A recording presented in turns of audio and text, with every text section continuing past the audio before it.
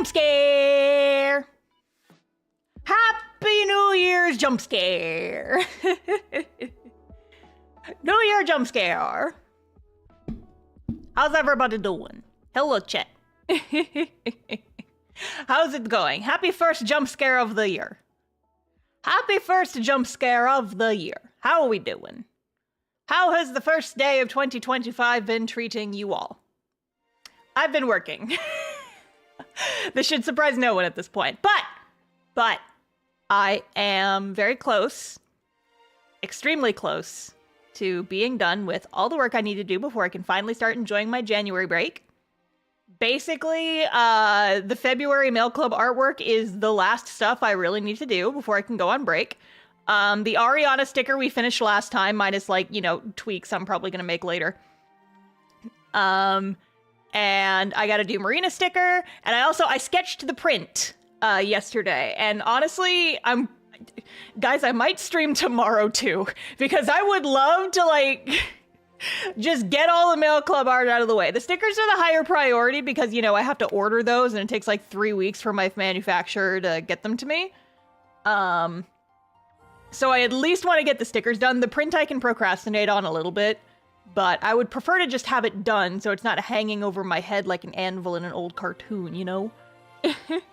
You know? Do you guys want to see the sketch for the print? It turned out real cute. I'm probably gonna stare at it a little bit more, but here's what it's looking like. There's gonna be some heckin'...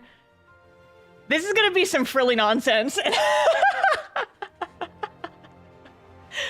I'm very excited though. It's gonna look cute. It's gonna take a while for me to draw, but it's looking cute. Jason Push, thank you for the super chat. Enjoy your break. I will do my very best. Thank you. Thank you for the super chat. But yeah, so the outfits are pretty much the same. I did make a couple of tweaks instead. So like Ariana has her little headband and a bow instead of the beret, but yes, very frillies. I went and I downloaded a bunch of like lace brushes and all that jazz. So I'm probably gonna stream tomorrow as well, just so I can get this done. I really am just like thinking I need to make sure that my clip editor is fed while I take my break. So I'm streaming like way more than usual for just like this last push of getting things done. But we're not working on the print today. We're working on stickers today. So we are going to ink and hopefully finish coloring the Marina sticker. Where'd you find these dresses? I designed them by looking at a lot of pictures on a lot of reference pictures on Pinterest and congealing them into the ultimate floofy dressed nonsense.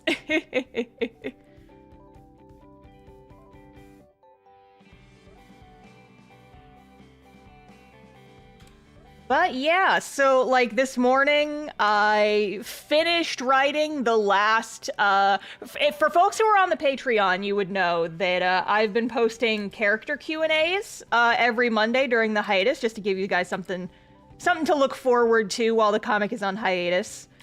So I've been posting like little character Q&As, and I finally finished writing the last of them, so those are all scheduled. Let's see, what else? I was working on those mostly yesterday, but I finished the very last one today. Let's see what else. Look at where's my list of shit I did today? I had to go to the post office. I paid my taxes this morning. That was disgusting. That was disgusting. Oh my God. Don't ever become self-employed because the tax rates are garbage. To put it in perspective, gamers, welcome to Starstream where she talks about taxes. So, you know, if you work for like a company and you have a full-time job working for a company, they take taxes out of your wages before it ever hits your bank account. So you don't feel like you're losing money because you never get to actually see that money. It's taken out of your account before it's taken out of your paycheck before it ever hits your account. So it's not like you're getting money and then you're losing money. Hi, Jared. Jared, thank you for the 20 gifted memberships. Thank you. I appreciate it. If you got gifted a membership, make sure to say thank you. I love how I'm complaining about taxes and Jared is like, no, bam. But yeah, so, you know, if you work for a company, it's a little bit easier. However, if you are self-employed, you don't get that benefit. You just have to make sure to put some of your money aside every month to make sure you can pay your taxes at the end of the year. And also, the rate is a lot higher. Because the US government loves to punish people who don't work for corporations by making them pay a shit ton more in taxes. Guys, a third of my income goes to taxes. It's like 30%. It's ridiculous. So I pay estimated taxes quarterly. Usually you would just like pay all of your taxes at the end of the year. But you can also like say, hey, okay, this is how much I made last year, and based on how much I made last year, this is how much I estimate I'll have to pay this year, and so I'll just pay a fourth of that every 3 months for the next year, and then I'll owe a little bit less or more at the beginning of the next year when I report my taxes. That,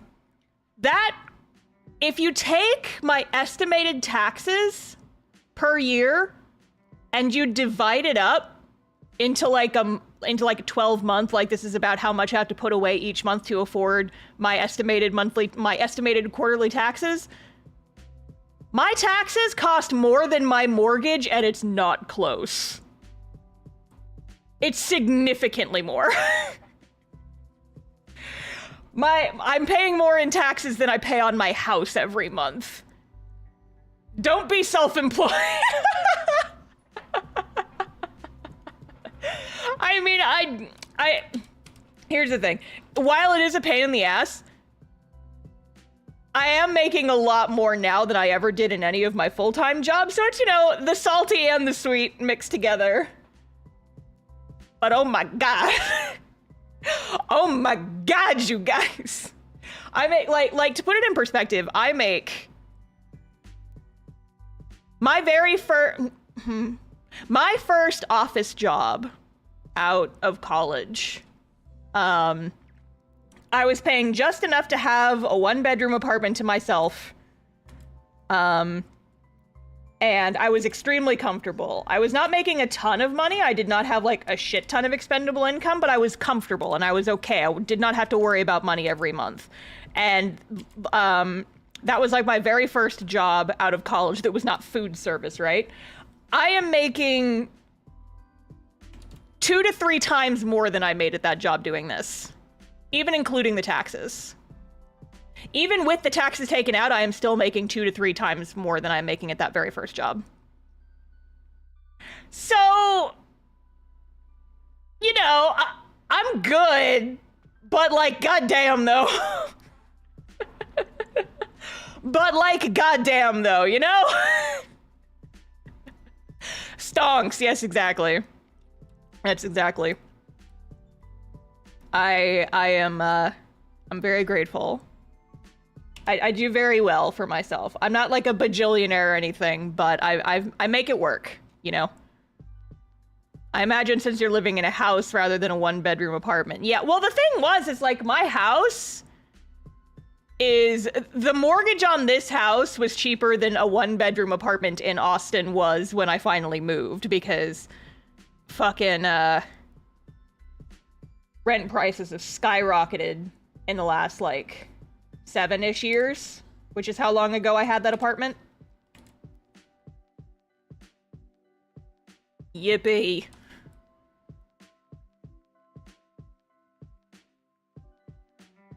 I mean, that first apartment was still not cheap, but it was cheap enough that I could afford it reasonably, you know?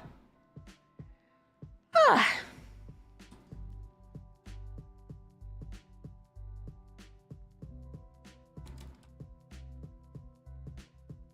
Some studio apartments are worse than 1-bedrooms for rent. Yeah, it definitely depends on, like, location and shit, right? Like, for me, I moved, like, because I work from home and I don't have to worry about commuting, it didn't really matter how close to the city I lived, and so my house is, like, an hour and a half away from the closest city. because I didn't need to be close. I don't work in the city. I work from home. I can live anywhere with an internet connection and a post office, right? And so my house was pretty cheap. I mean, cheap. It was still like, you know, but...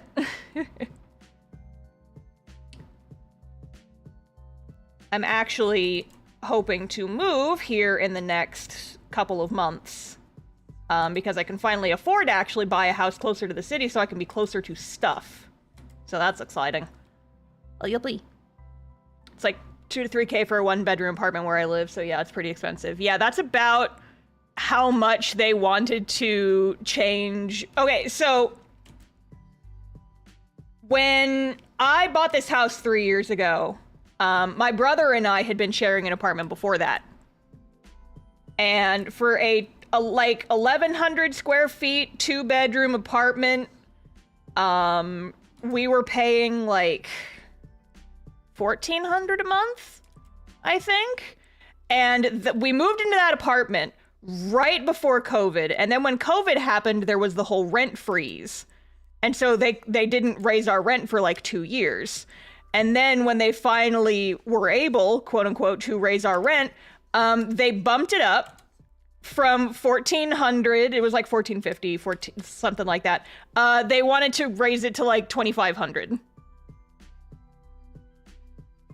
And we were like, nah, nah, bye. Because we were planning on moving out anyway. Because my brother was done with his school at that point and was going to move to closer wherever he ended up getting a job. And then I was hoping to get a house anyway, but we saw that rent price increase and we were like, nah, bye, see ya. Nice knowing you. These apartments are not worth that much. Bye. It's like, is this a nice apartment complex? Yes. Is it worth that kind of money? No.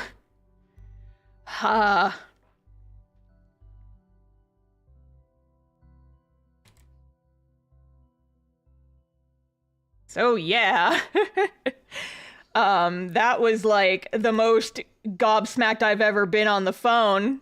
Cause they, like, the receptionist lady on the phone was just like, yeah, so, you know, we'll be, at the end of the year, we'll be raising your rent prices by about $800 a month. Or if you don't want to sign a 1-year lease at that price, we could also raise it to over $1,000 more a month. And I was just like, I'm like on the phone and I'm like,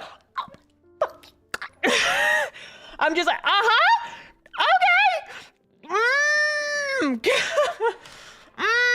I'm just like biting my tongue and I'm like, what the fuck? Yeah, I remember this from the home buying video. Yes.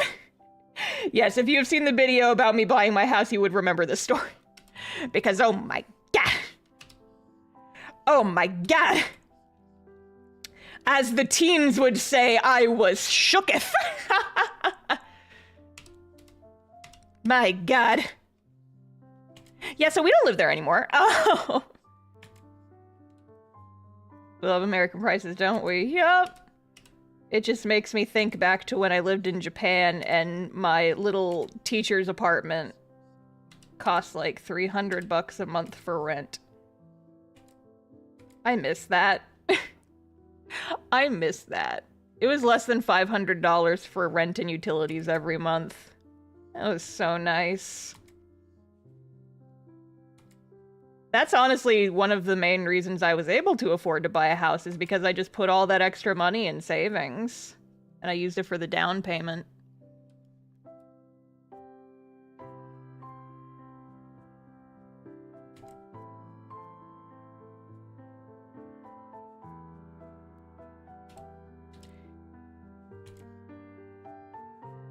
But yeah. Shit's expensive. Shit's expensive. How much did you make as a teacher in Japan? Not much more than my first job, actually. I think I was bringing in like 2,500 yen a month. I think. Something like that. Not much more than that if it was more. Which was about like... I think with the exchange rate back then, it was like 2,300 a month. Ish. Ish. But I was also paying way less in rent. So it was, you know, doable. Manageable. And I didn't do like a lot of traveling. I didn't spend a lot while I was over there, so I just put a lot of money in savings. I'm thinking of doing jet since the American job market is a nightmare at the moment and I graduate this year. Honestly, it's a pretty good option. I really enjoyed my time over there. And if you live responsibly, it's very easy to put money in savings. It does largely depend on where you end up. I was not in a major city. I was in a city, but not like a major city. If you live in Tokyo or something like that, it's going to be more expensive. But housing in Japan is surprisingly cheap. When I used to look at TikTok a lot more, I actually deleted TikTok off my phone recently. But when I used to watch TikTok more, there was a Japanese realtor I used to I didn't follow him, but I would see his videos pop up all the time. And you can get surprisingly nice places for very cheap over there. So, I mean, honestly, if you have the opportunity and you think you'd enjoy it, go for it. Like, I loved it. I had a lot of fun. Just be careful about getting haunted like started. All right, listen. Just tell the ghost haunting you to fuck off and they'll leave. It's fine.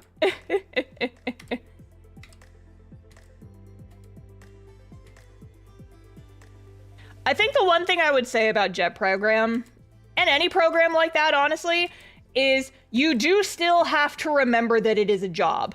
I knew several people who did JET program, which is, like teaching in Japan or any country, and they just treat it like an extended vacation and they don't take the job seriously. And they give us all a bad reputation. You still have to remember that it is a job. You are going there to work, and that is what it will be expected of you. Each work location is going to have different expectations for you. But you can't just treat it like a year-long party, right? You do still have to go to work every day. You still have to, make lesson plans and stuff like that. My school was very hands-off. But I also got half of the class period all to myself every single day. And so I did a lot. I know a lot of schools that just want you to be a tape recorder, essentially.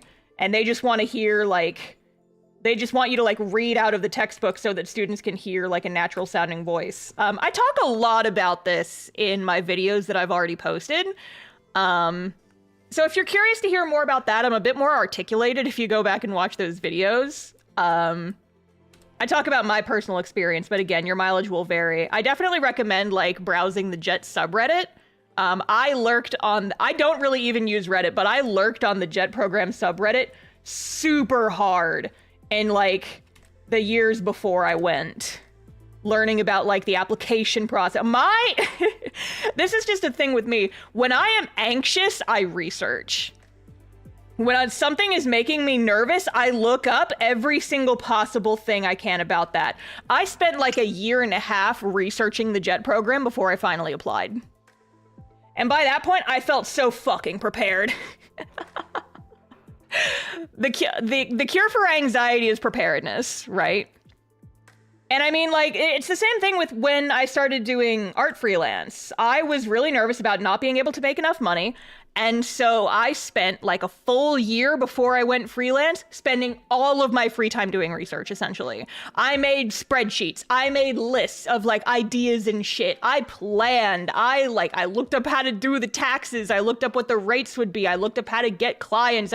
I did a year's worth of research. My entire final year in Japan, whenever I had free time at work, which ended up being a lot because after your first year, you can just reuse lesson plans and it gets way easier. But yeah, just my guide for anything is to just, if it makes you nervous, just do a shit ton of research. Research will never hurt you, right?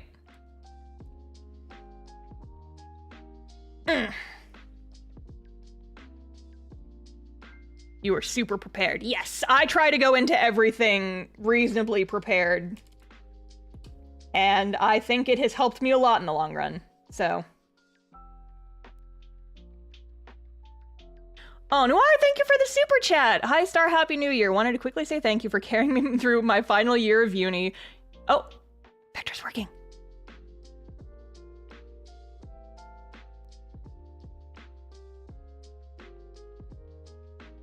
Oh, that's so sweet. Thank you.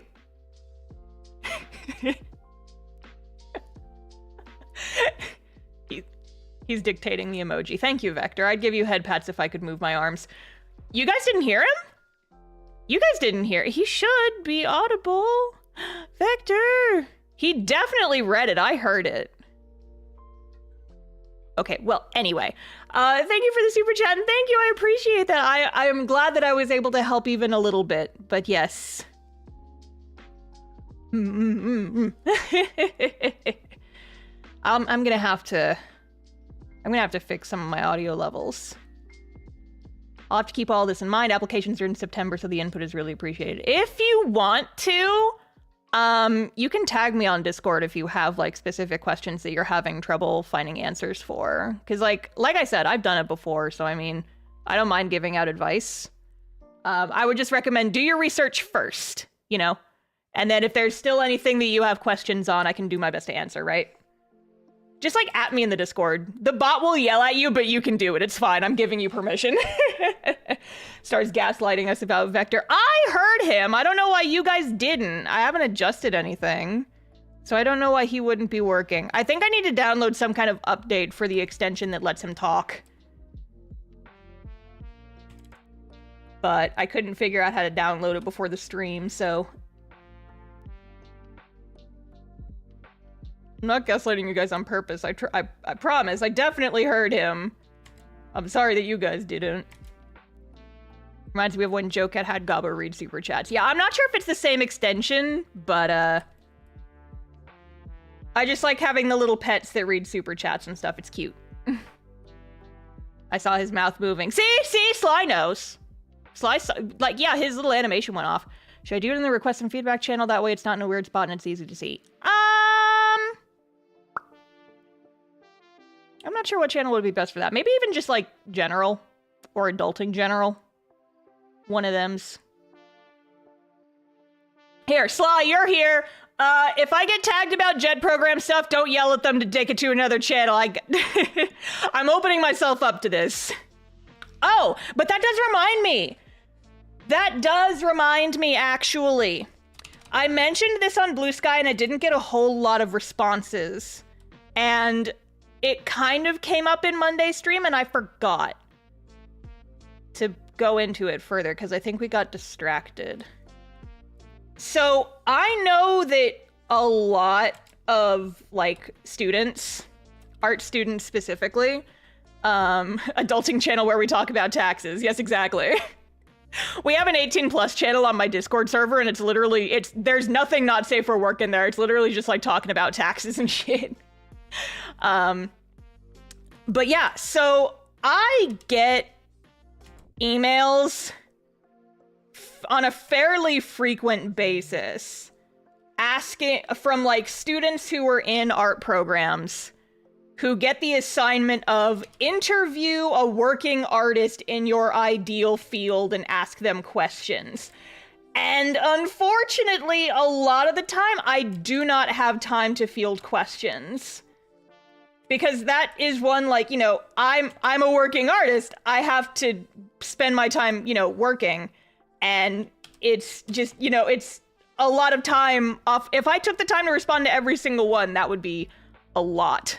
And, you know, other professional artists I've seen have also lamented, like, how often they get asked these questions, because it's kind of a dick move for your professors to ask you to do this, because you're just, like, taking time away that people could spend working. I've seen a lot of, like, working artists who do freelance or studio positions, like, ranting about this and being like, guys, we're busy people. We're not gonna have time to like field these questions about this kind of stuff.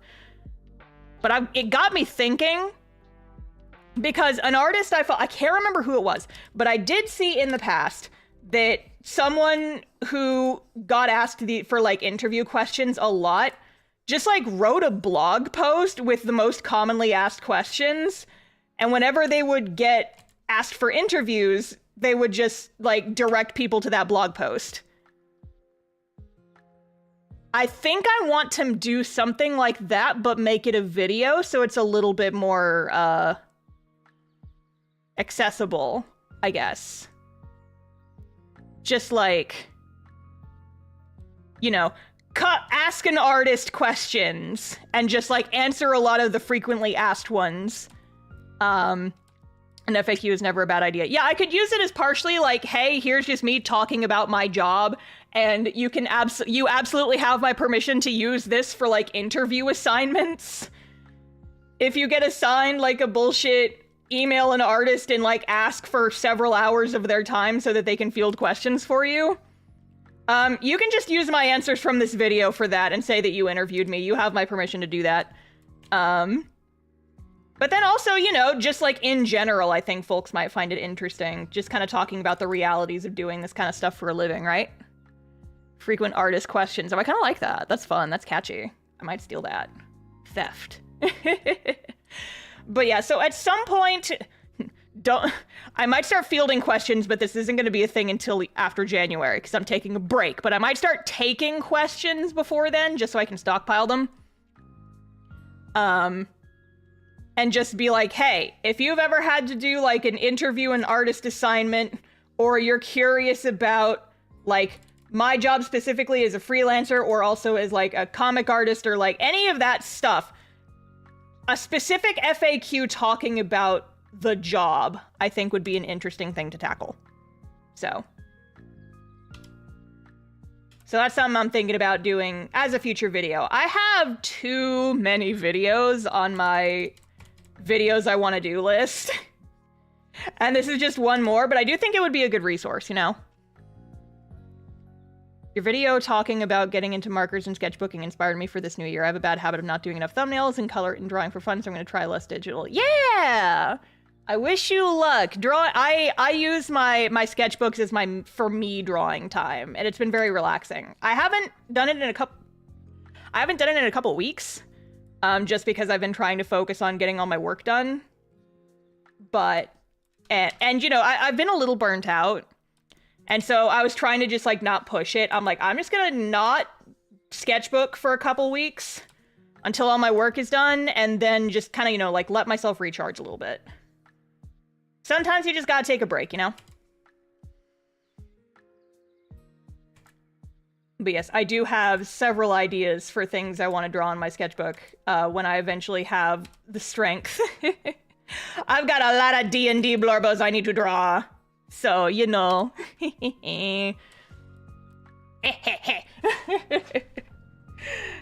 So, I'm looking forward to it. I'm keeping like a list. I write like ideas for drawings on little sticky notes and I just stick them to the inside front cover of my sketchbook.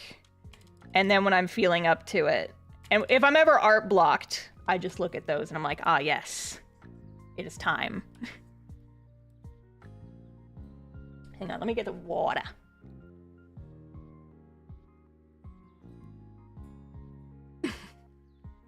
No work in January because it's your break. Don't make me get my flying reindeer that I totally have. I believe you, Ollie. But no, I'm trying. My goal is to take as much of January off as humanly possible, and I should be able to do quite a bit. I should be able to take a majority of January off. I will need to, at some point, probably next week, take some time to edit at least one YouTube short to advertise the Makeship campaign for the Vector plushies once I have a start date for that.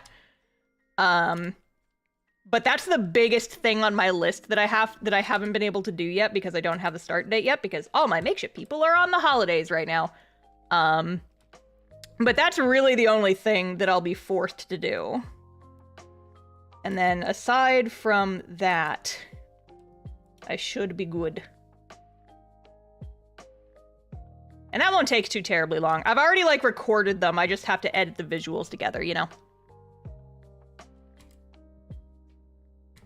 That's like an hour or two of work tops. So once I have that date, I can just block out an afternoon and just knock all those out all nice and pretty.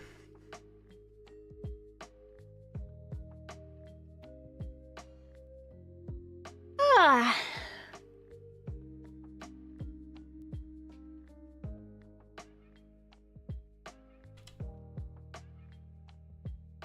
But yeah, it's been a while since I've taken a break that long, so I'm very excited. I didn't realize how burnt out I was until I looked back on some of my journal entries for like the couple of days right before and right after Christmas, and I'm just like, oh, yeah. And that was like a week ago, and I've already like just taking Christmas Eve, like the last half of Christmas Eve and most of Christmas Day off, like helped my brain so much. I was in a bad place. And I look back on those journal entries and I'm like, I can't even blame hormones for that. My period was weeks ago. Oof. It's like, oh girl, honey, that was the burnout. I'm better now, but like, goddamn. I was in a dark place for a couple of days, but already, that dark place is why I was like, okay, no, I need to take a vacation. I need to cut back on something, or this is going to reach a point of no return, basically, where I'm just like, I either take a break extremely soon, or this is gonna fuck me up. This is gonna fuck me up real bad. I reached the point of like emotional numbness, I suppose you could say. It's just like it felt like really bad depression. And it was just like, I feel literally nothing except bad. And at some point I realized that I was like, yeah, something's gotta give. Something's gotta give. Jason Push, thank you for the super chat. Going anywhere for your break? I am staying right the fuck at home. I am staying right the fuck at home. Although, I do have some plans. I've mentioned that I want to move relatively soon. And so I was debating on whether or not I was going to, wait until after my break to do like the whole house hunting bullshit. I considered it. I'm like, you know, I could just enjoy doing nothing for a month. I could do that. But then I was like casually looking at Trulia today and I found like the Barbie dream house and I'm like, no, I'm calling the realtor on Monday. I can't wait a whole month. I gotta get out of here. I gotta get out of here, man. So yeah, I am going to be house hunting a little bit, hopefully. And then I'm also going to be working on the D&D video because I really, really, really want to get that done. My goal is to get all of the artwork done for the D&D video. If I just sit down and dedicate myself to just that for like a week, I could probably get it done, honestly. Like that's the state it's in right now. I just have not had time to even think about it since like September. And so I want to get all the art done at the very least during my break, and then I can piddle away at the rest. You're gonna show us the Barbie dream house, right? As much as I can without doxing myself, but I'm nervous about like showing pictures of the interior of my house that I live in now, because I worry that people are gonna be weird and then like look at like the house listings on, you know, various house websites and triangulate. It's like, oh my god, this fireplace is made of the same fireplace bricks that she showed in this picture this one time. This is Starla's house. Let's go there now. And I'm just, that shit freaks me out a little bit. So I've always been very careful about not showing any of the more identifiable features of my house. You guys get flat walls, and that's it.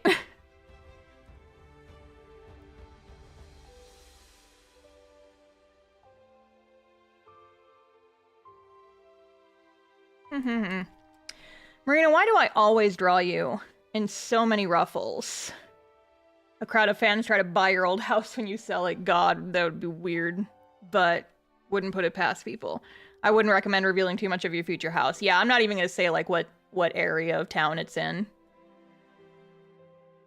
Cause I'm skittish about that kind of thing, you know? I had a heart attack the other day because I thought someone had found my home address and sent me a postcard in the mail. Turns out it was a friend it was...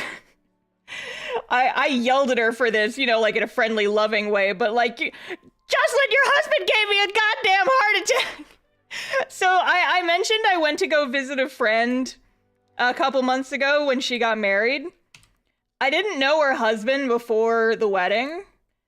And so when I saw his name, I didn't immediately recognize that's who it was. And like, of course he has my home address because all of my friends have my home address. We share that information so we can send each other shit. But I just like, I got a random postcard in the mail from a name I did not recognize that just said, "Hey Star, you're doing great." And there was like a bunch of stickers on it. And I was like, who the fuck sent me this? Who the fuck did a fucking somebody find my home address and send me a weirdly encouraging postcard? Because like, I know her husband's name, but he didn't have read his last name on there, and so I didn't immediately clock it. And I was like, what the fuck, what the fuck, what the fuck, what the fuck? And then I saw that it was sent from Michigan, and I was like, wait a goddamn second. Wait a goddamn second. Because me and her husband have kind of had a running joke ever since the wedding. That it's like, while we were prepping for the ceremony, he asked, me and my friend were like putting up some of the decorations, and he came over and asked if we needed any help. And I was like, I would love some emotional support, you know, just as a joke. And he was like, "You're doing great, Star," and like gave me a big thumbs up. And I was like, "Thank you." And then we went about our various business, and he just kept doing it. Like 2 hours later, he like passed me in the hallway, and he's like, "Hey, Star, you're doing great." And I'm like, "Thank you." And, you know, for the rest of the weekend, like, whenever we were, like, we would pass each other, he'd be like, "Star, you're doing great." And I'm like, "Thank you." Are we still going with this? And he's like, "Yeah." And so he sent me, like, months later, you know, he sends me a postcard to my home address without saying he's sending me anything, that just says, "Hey Star, you're doing great," and gives me a heart attack thinking that I've been doxxed. So now that postcard's on my fridge. Anyway. Hey Star, you're doing great. Don't you start. Don't you start. You guys are in my chat trying to be cute. I see you trying to be cute, but stop it. Oh my god. It's just been a running joke since like October, and it's very funny. As far as I know, he doesn't have my phone number, and so my friend, who is now his wife, my friend, the one I've known since college, was like, "Hey Star, my husband told me to tell you that you're doing great," just out of nowhere on a Tuesday, and I'm like, "Thank you." Thank you. And I'm just like, how long is he gonna keep it up for? I have to wonder. How long is it gonna go? Well, Star, you're doing great. It'll never end. Nope. It's never... I fully believe that... Now that I've invoked it in my chat, I realized what a horrible thing that I've opened myself up to this. But you know what? At the same time, I would rather you guys tease me with this than the scurvy shit. I would rather you guys do this than the scurvy shit. So, I mean, honestly, preferable. I love it when complimenting me becomes a meme. I've tricked you all. I've tricked all of you. I've tricked you all into supporting me. Thank you, Jared, for the $20 super chat. Hey, Star, you're doing great. Thank you. You guys, I can't draw when I'm laughing. Hey, Star, you're doing great. Oh my god. You haven't had scurvy in a while, so you are doing great. I like to think so. I like to think so. And again, that was the one time. Jesus Christ. I can't wait for this to become a thing also in my comment section. This is going to escape containment. But you know, I'm okay with it, like I said. I would so much rather have people making fun of me with like a cute and encouraging like little one-liner. You know what? Actually, who wants to pay this forward a little bit? You guys are having a great old fun, silly fun times. I want to pay this forward a little bit. Supernova, thank you for the $2 super chat. You're doing great. Thank you. Hey guys, I want to pay this forward a little bit. Hey Star, you suck. Shut up, Sly. After this stream, or even like right now, you guys can like just keep me open in another tab. Go on like social media, go find another YouTuber whose like videos have been making you really happy. Not me. I specifically want you guys to find someone else. Like go find an artist that you like on social media. Go find another YouTuber whose work you really like. And just leave them a nice comment. Just even say something like, hey, you're doing great. Go find someone and tell them that they are doing a good job. Let's bring this energy into 2025. Go find someone on social media and just go leave a comment and just tell them that they're doing a good job and you enjoy seeing their stuff. Instead of leaving a bajillion comments for me, I do love it, but I want you guys to take this energy and I want you to spread it around a bit. Because, I mean, the thing is, like, I see people, like, being sad about this all the time, that so many of your biggest fans will never, like, say anything to you. Can I do this to my friends who are artists? Absolutely! DM them right now and hey, I just wanted to let you know that you're doing a great job. Star's telling us to rate other YouTubers. Positivity. Positivity is what we're trying to bring to 2020. 2025. What year is it? I just posted a big update. Can I drop the link? Yes! And then everyone can comment on Sly's thing and tell her that she's doing a good job. We need that energy, especially in Yeehaw land. I agree. Talking to someone whose work you're a huge fan of can be kind of scary. Yeah, true, but at the same time, like I get this too. I talked on the last stream about how I have like really bad anxiety reaching out to people. Even people whose work I really like. Just a simple comment can go a long way, and it's not obtrusive, and it's just like a simple compliment. Just be like, hey, I just wanted to let you know that I really like your work. And you're doing a good job, and I hope you have a good 2025. There's a template for you.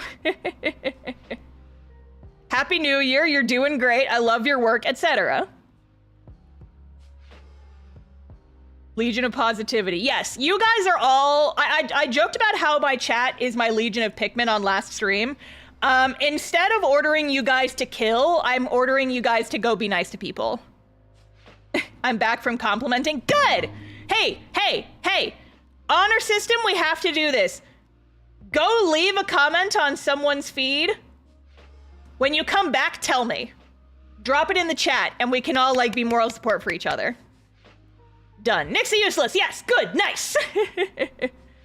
Kill with kindness. Do not kill. Kill with kindness. Do not kill. Only be kind.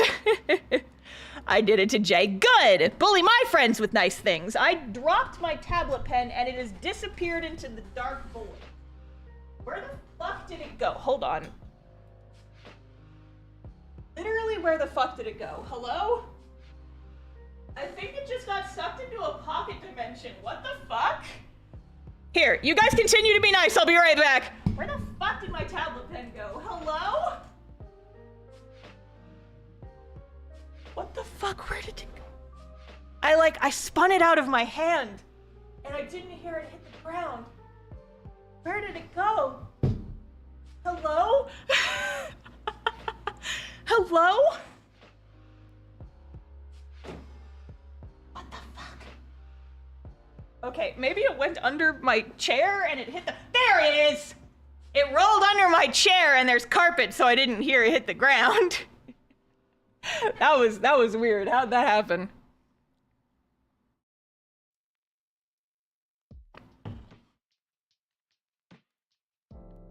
I love this. I love to see the positivity. I love this! Good job, everybody. Good job, everybody. Yes, we shall kill with kindness. Yes, do not kill. Do not kill. You guys are my positivity Pikmin now.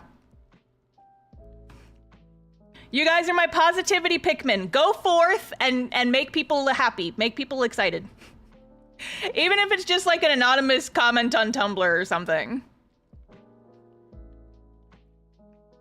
I want to draw like a Pikmin with a little heart. I keep thinking that I need some kind of like little audience mascot. And I kept thinking like a bird maybe, because like Starling I thought was kind of cute.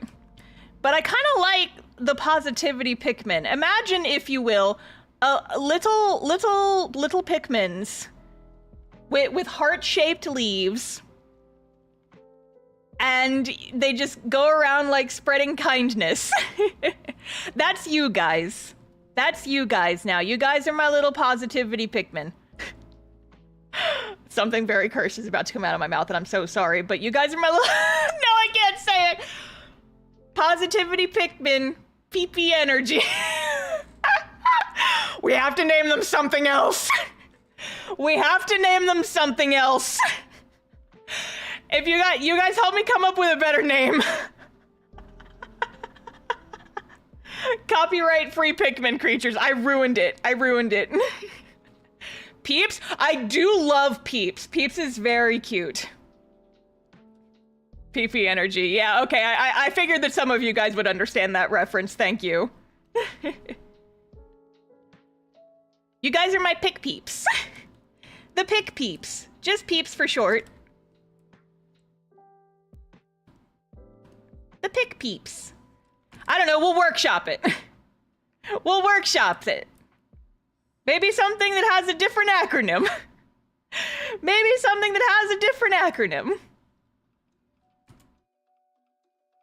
We'll think about it, though. Peeps can work with birds, too. Oh, fuck, you're right. I still like starlings. I do like starlings because, like... It's like a Pokemon name, because it's like a little bird. It's cute. I don't know. Stabby starlings. Do not stab! Do not kill! Why do you guys have such a thirst for blood? Why do you guys have such a thirst for blood? Do not kill! I need to retrain you guys. This is getting out of hand. They have a thirst for blood and it's uncontrollable. Do not stab! No! Oh my god. Anyway, I think that this is the energy we have to bring into 2025. Do not kill, but be nice.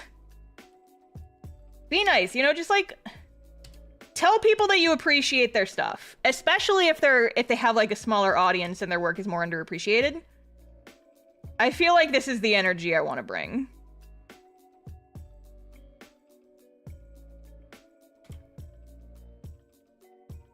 Rise from the positivity with knives in hand. Do not kill! It is imperative that you do not kill! What have I done to make you all like this? What have I done?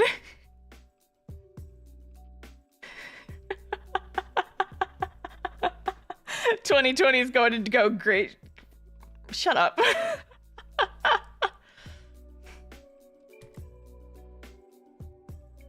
But yeah, I mean, that was kind of my goal with starting to do the little webcomic promos at the end of all my videos. I was like, I have this platform. I feel like I want to use it. You've encouraged them with murder. I specifically told them not to kill. I specifically told them not to kill.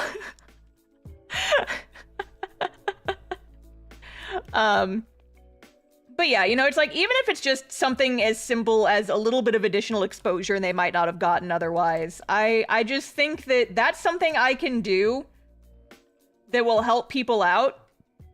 And because, you know, YouTube continues to recommend videos well after they're published, that's like, continuing to send people in their direction for like the foreseeable future, essentially, right? You guys have got to stop talking about killing. You're gonna put me on some kind of list. You guys are gonna get me on some kind of list.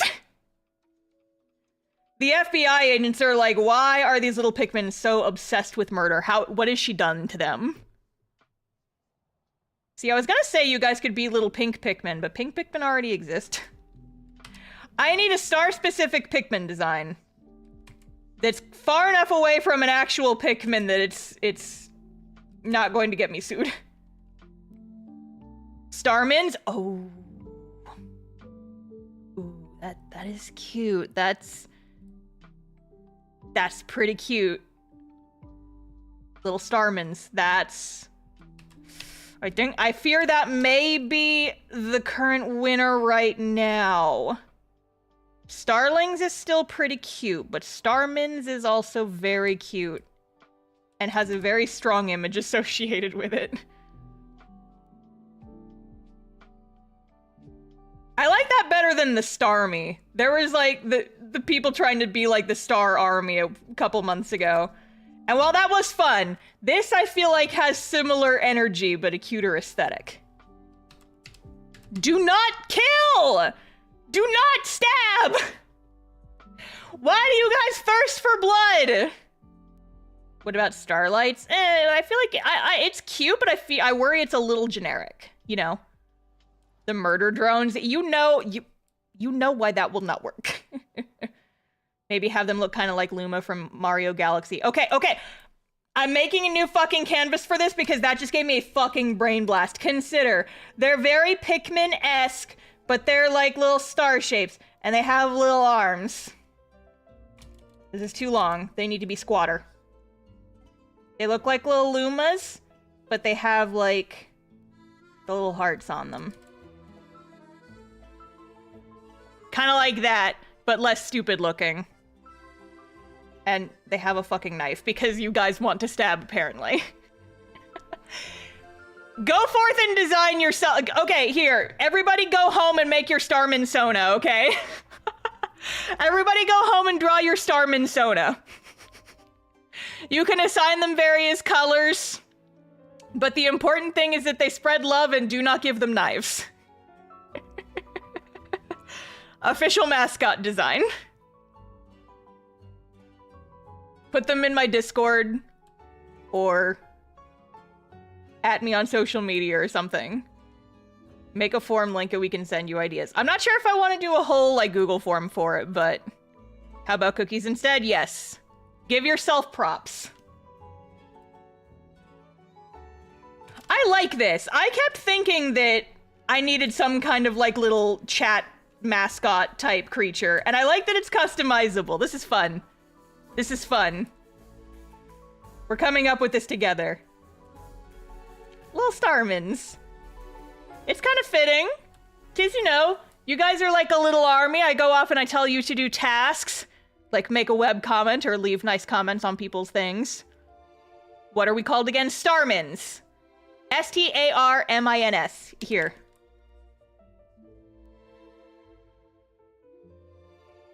You guys are the Starmins.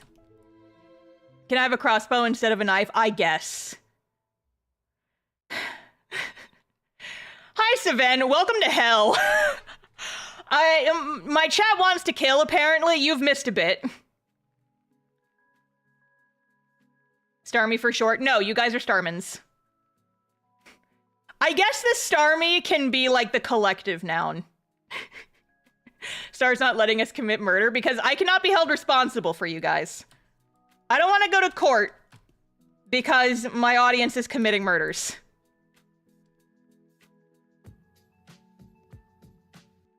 This is a copyright-free Pikmin that I'm going to use as the mascot.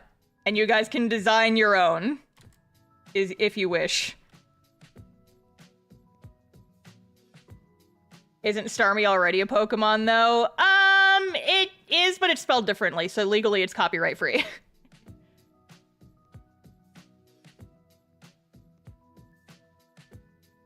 This is not what I thought we were gonna do this stream.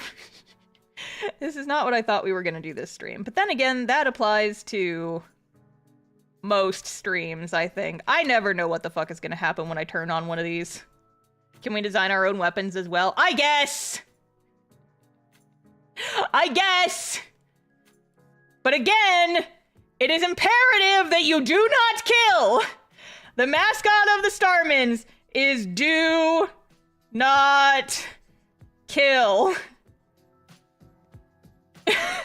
Do not kill!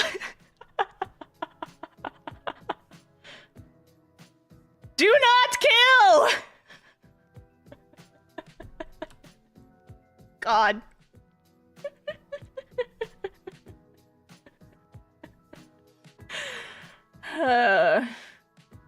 Do not kill without kindness. Got it. God damn.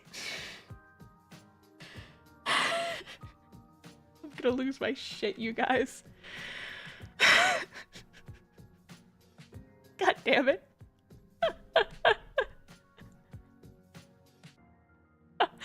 Can we commit other war crimes? Now I'm just imagining a Starman with the Red Cross on it. Unauthorized usage of the Red Cross. And then you can say that this Starman is committing war crimes.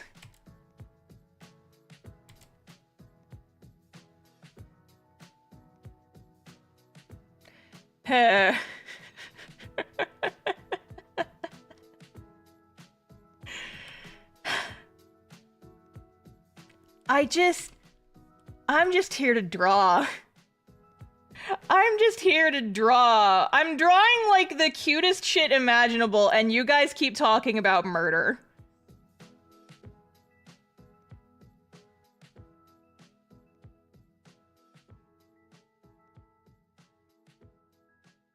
You know, a couple years ago, I was like, I want to be a YouTuber. This'll be fun. I can make little videos, and I can talk about, like, weird stories from my life. A smash cut to, like, 3 years later, and everyone in my audience is just yelling, kill, kill, kill. Oh, man. Positivity is what we're trying to do here.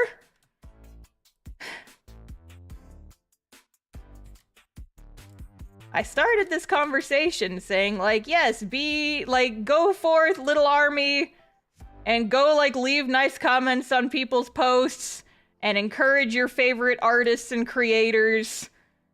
And now you guys are just talking about murder. Star me motto, Geneva suggestion. No! Oh my god. I feel like we need to do a hard swerve in topic, or else this is gonna last all day. This is gonna last all day. We have to talk about something else. We have to talk about something else. Go make your Starmans and show them to me later. Oh, man. Oh, man.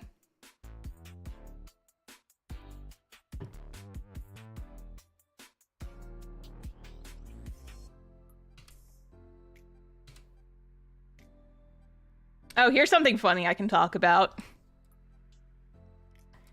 That's kind of a harsh swerve in topic, but just for fun. You ever get, like, a dedicated little hater?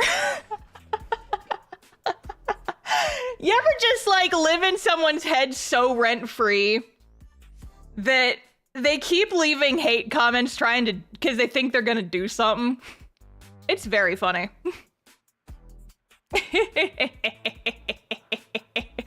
Hi, Saven, you know, you have a murderous mob on your hands. I'm not gonna drop names because I don't want to I don't even remember their username.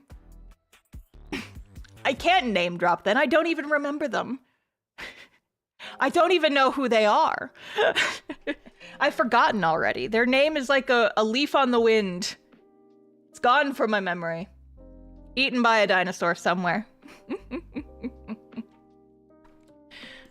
But yeah, I talked about a couple streams ago. I talked about the person who I'm pretty sure was just like sock puppeting. I'm just saying it's funny that this is the moment you choose. Listen, it was fresh in my brain because it's just happened. This little hater is giving you free engagement. I don't see a problem. No, exactly that. So I'm pretty sure, just based on the pattern of behavior, I am almost 100% certain that this is the same person who was sock puppeting and griefing me about, like, doing too many gaming streams that I talked about a few days ago. Except they moved on from just hating the game streams to hating on me in general now. And I'm not going to say the specific stuff they said because that's not the energy we're bringing into the new year. But they basically, like, were insulting my writing. And one thing they said was they were targeting the you know, people love to joke about Cart Guy because he's a fucking joke character. And, you know, someone left a comment on the most recent stream saying, he's like, you should make a Cart Guy plushie, LOL, or something like that. And this person took that as them being serious, and they replied to that comment basically saying, ugh, see? Star's such a shit writer that the fandom has latched onto an open racist more than the actual characters in the comic because she sucks and her representation is garbage and and I'm like, oh, you're just grasping so hard right now. Yeah, so the logic behind that, yeah, exactly. Especially considering they were saying it's like, yeah, this is why people don't even like Marina, because she's a shit character with the personality of a wet piece of cardboard, and everyone loves Cart Guy, the character who's openly racist. And I'm like, Marina's one of the more popular characters in the comic. She gets fan art all the time. People like Cart Guy because he's literally a fucking joke character. That's like saying, Sokka's a terrible character because people like the cabbage merchant in Avatar. That's like the closest comparison I can get to. Is like people are joking about the one-off stupid joke character that people tease me about because he's a funny character who just exists to get dunked on, essentially, and just trying to come up with shit to get me all irritated, apparently. And it's like, wow, you're trying real hard at this point, though.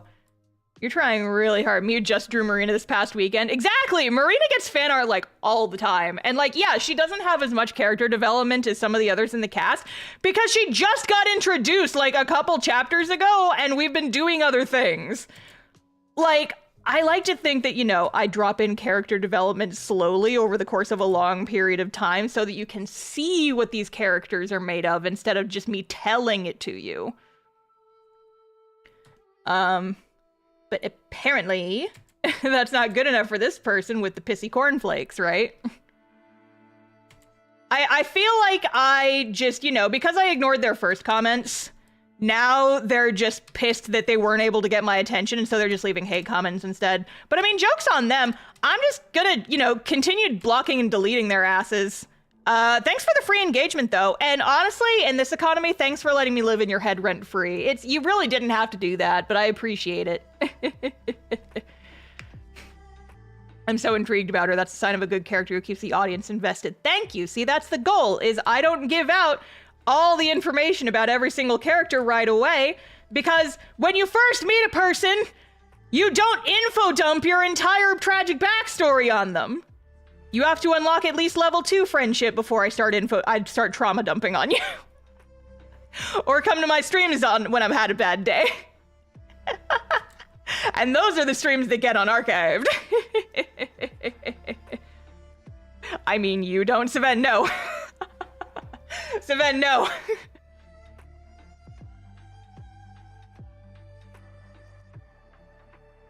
She's also really chillin'. I like her. Me too. I also like her. Like I said, I've been writing the little character Q&As as like bonuses on Patreon for while the comic is on hiatus.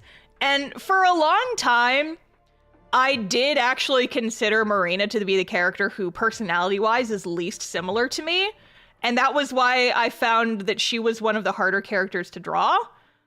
But when I actually had kind of an epiphany while I was working on the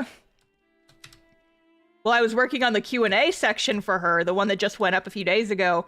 And I was just like, oh no, actually she and I are very similar. Oh no.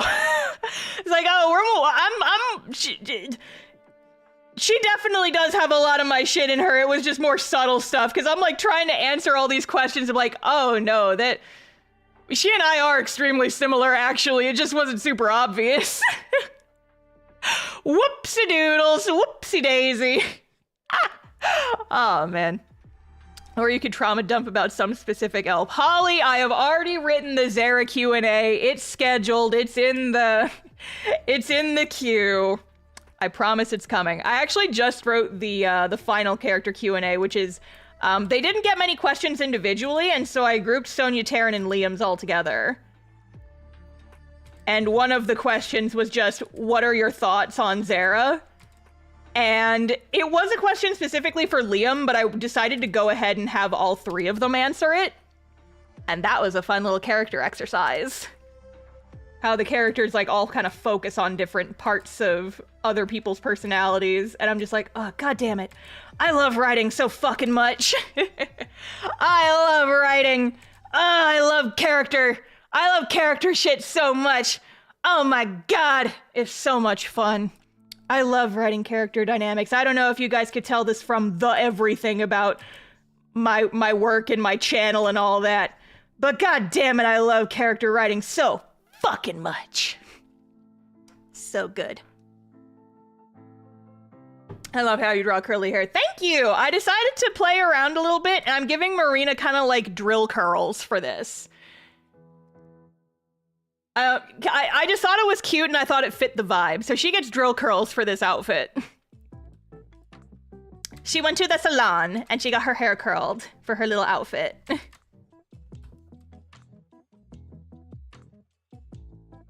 you know, usually when I'm just like drawing the comic, I love hair that is just a big shape.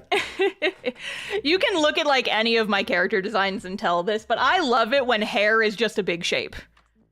I love hair that is shapes. And so usually when I'm drawing hair, I like really simplify it because I love hair that is shape.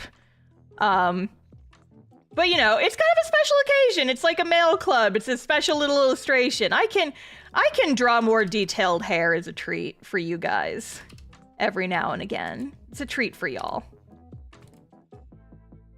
It's a treat for you guys. The urge to give a character detailed hairstyles, but the idea of drawing it so many times in comic panels scare me. I mean, honestly, that's one of the reasons why I draw characters like so simplistically, is because I have to draw them a bajillion times. So I always err on the side of simplicity, especially for characters that are gonna be in comics. Characters I just draw for one-offs, I'm okay with doing a little bit more detailed. Like my D&D character designs are on the more detailed side sometimes. Like if I put Verity in a comic, I would absolutely simplify her armor design because there ain't no way you can't make me draw armor on a regular basis that detailed. Absolutely not. But, you know, as a treat, I can draw detailed hair occasionally. And I just thought like the little sweet like drill curly ringlets would look really good with the kind of sweet, like fashionable, like a little ruffly outfit. Are Starmans only pink? No, Starmans can be whatever color you want. If you guys are drawing yourself as a little mascot, your Starman Sona can be literally whatever the hell color you want. I think just like the general Starman design will probably be yellow and kind of look like my necklace that I have down here. But the actual Starman designs, like your personal Starman can be whatever color you want. Starmans can be red with blood. Do not kill! Anyway, Leevely is gonna have fun editing this stream where I just continuously scream "do not kill" at my audience. Hi, Leevely. I know you're gonna be watching this later.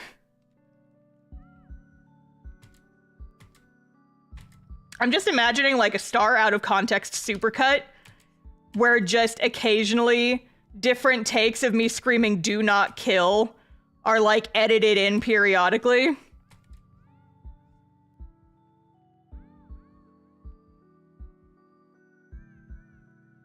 It's just like saying something ridiculous and then edit, like splice in "do not kill." And then just like a couple minutes later, just another take of "do not kill." It's like subliminal messaging at that point. Oh, my headset just ran out of batteries. I knew it was gonna happen. It's been beeping at me, but now I can't hear my cool music. Damn it. It's fine. I will just make the audio come out of my speakers. There we go. Star "do not kill" supercut, and it's all just clips from the stream, completely out of context. But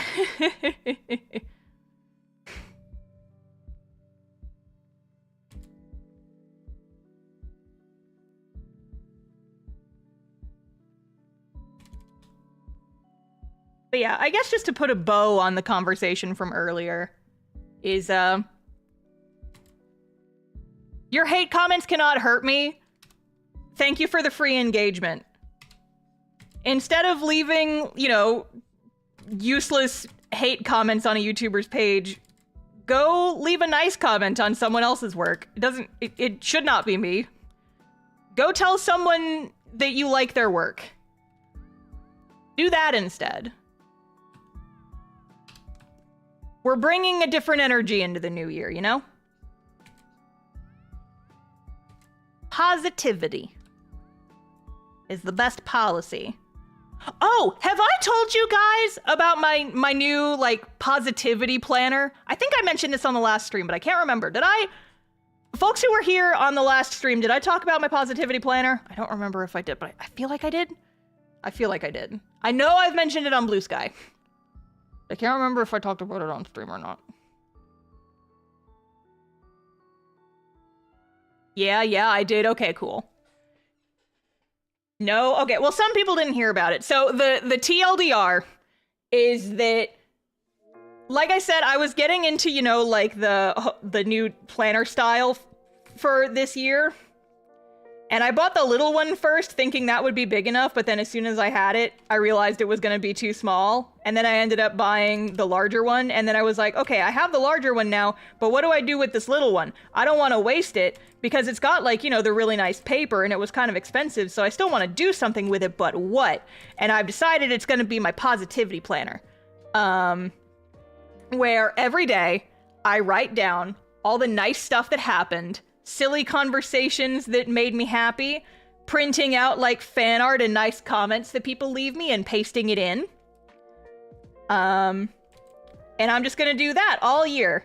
And now that it is officially January 1st, I can officially start it. But I have gotten ahead already, and I have already started like pasting in fan art. I went back through kind of like my archive. I went through Art Fight, like my list of defenses on Art Fight, and I like saved a bunch of, you know, art that people have drawn of my characters in the past.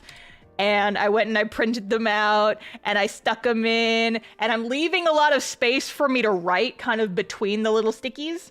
But I'm just, you know, I'm making like a compilation of nice things, and that planner is gonna get real fucking chunky by the end of the year. But I like it because, like, you know, all the pages are dated, and so it's going to encourage me to keep it up on a regular basis. And I'm already really looking forward to it.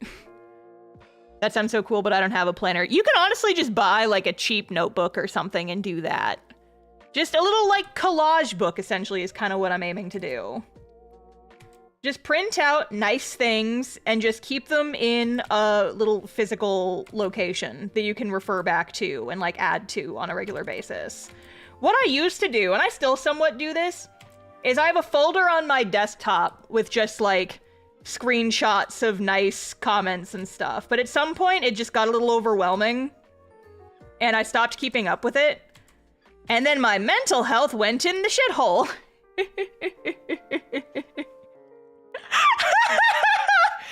Philippitu, thank you for the super chat. 1 hour of silence occasionally interrupted by Star saying, telling you not to kill.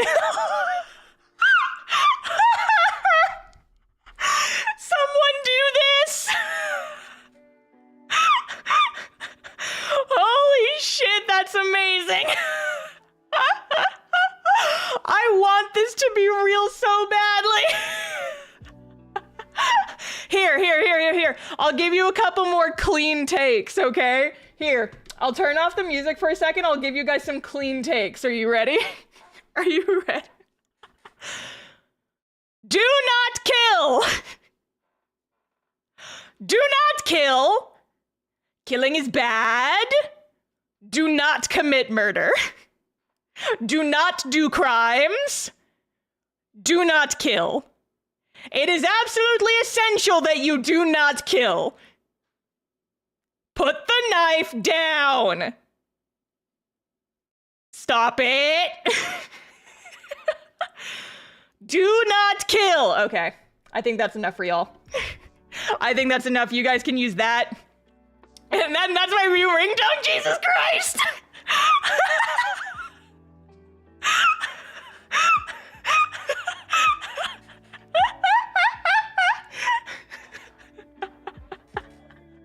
Jesus Christ, oh no, what have I done?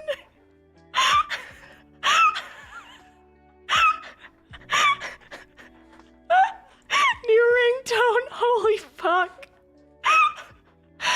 Oh man, this is like a more chaotic version of the VTubers who release those like voice packs that are like telling you to wake up in the morning that people use as their wake up alarms. It's like that, but it's just me reminding you not to kill.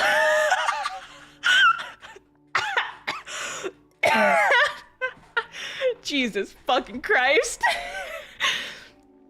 Ultimate inspiration for drawing is zoning out and getting jump scared by do not kill. Holy fuck. What have I done?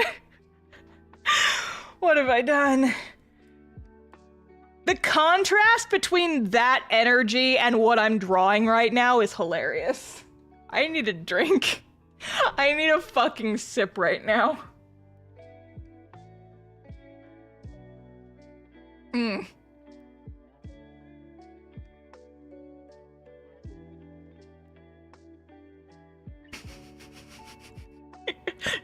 10 hours of silence occasionally interrupted by do not kill. Yes, exactly.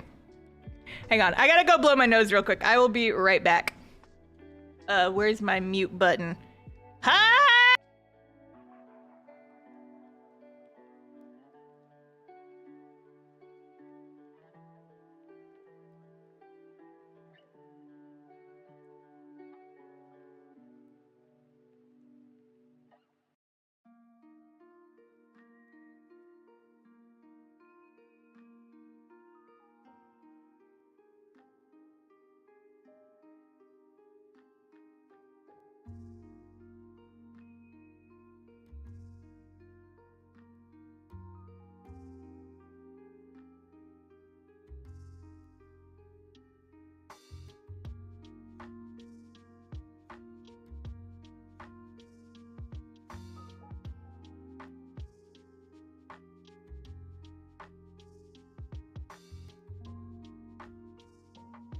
Okay, I'm back.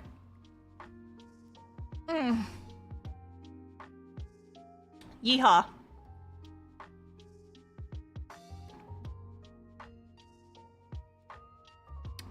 All right, guys. Listen, you're all very funny, but I do think that the kill comments, they were funny. Let's change the subject now, okay? Let's change the subject.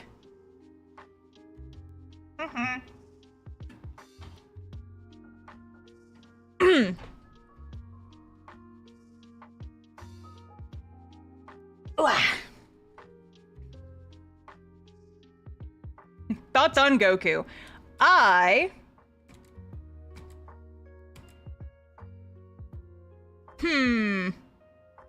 much money do you guys think that he spends on hair gel?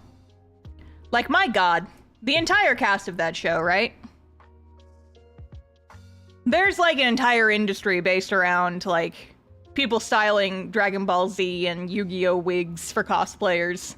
Cause that shit's wild. That shit's wild.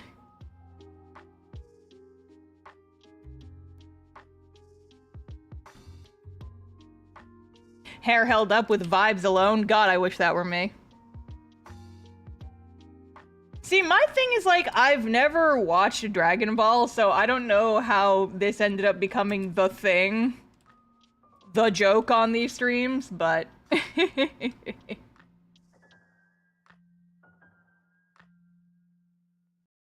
What does Goku do for work? How does he get money? What does he do? Aside from beat people up. I've never watched the show. In case it wasn't obvious. I'd think it would be. He's homeless, he's a farmer, stand-up comedy. Interesting, interesting.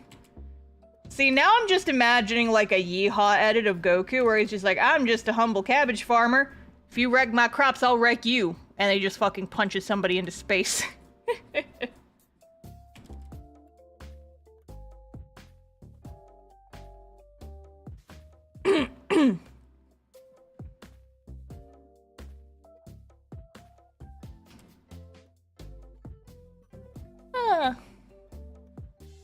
The Yeehaw Ranch. Oh man.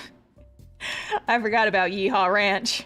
Welcome back to Yeehaw Ranch. If you remember me doing this bit, you're one of the real ones because you've been around for a while. That's an old joke from the olden times.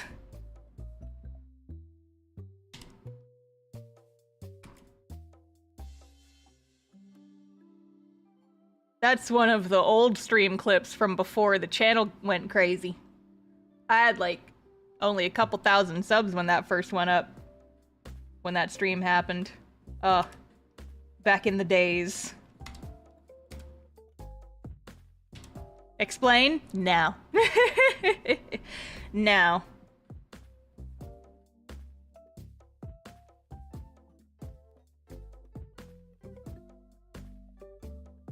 God, what a power move, right? It's just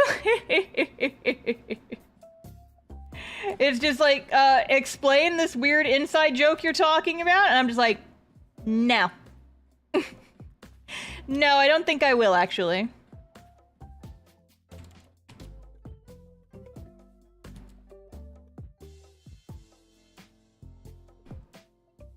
If you really want context, there is a playlist on my channel called Stream Highlights.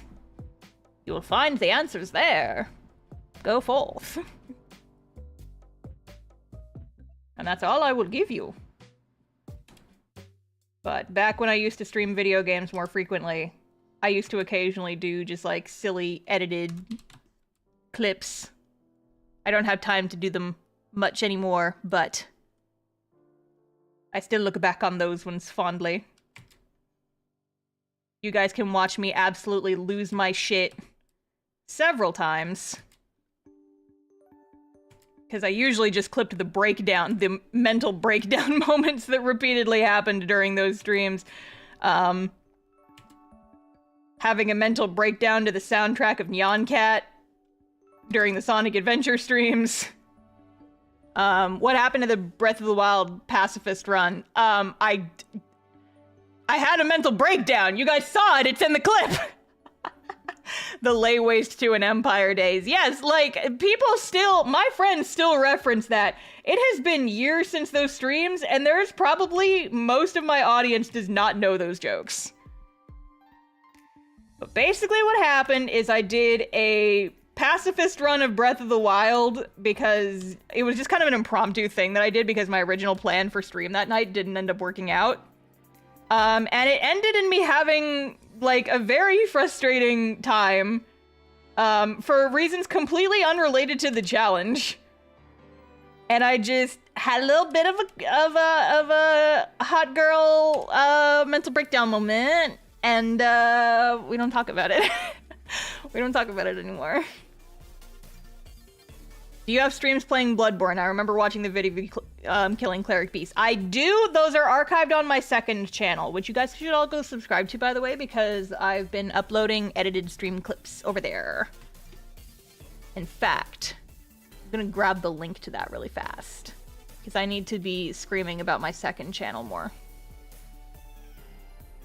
Because I'm trying to get to the point where the ad revenue from those videos lets me break even on the cost of paying my editor to make the clips. That is the goal right now. But to do that, I require more subs.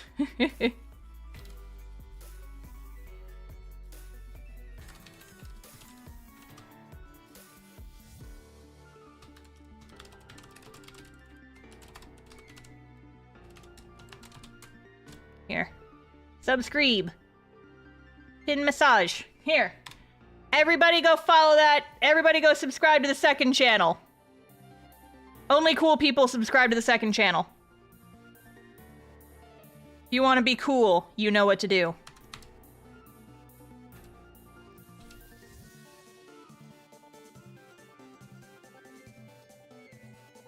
What do you mean? You were totally fine and normal. Fine and normal. The finest and the normalist.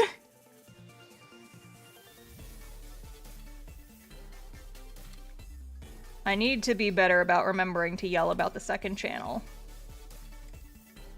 Because I want that one to be able to just, like, live on its own.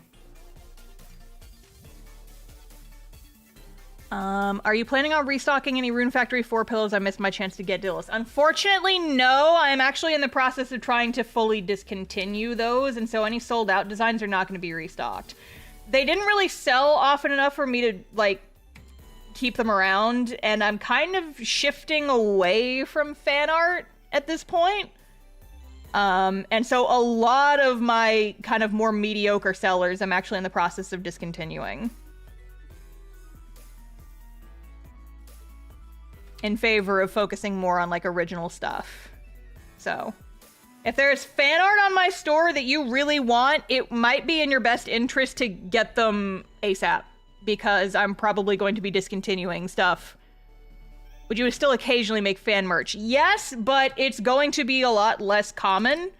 And it's gonna be something that I am especially interested in. The loud plane going by overhead.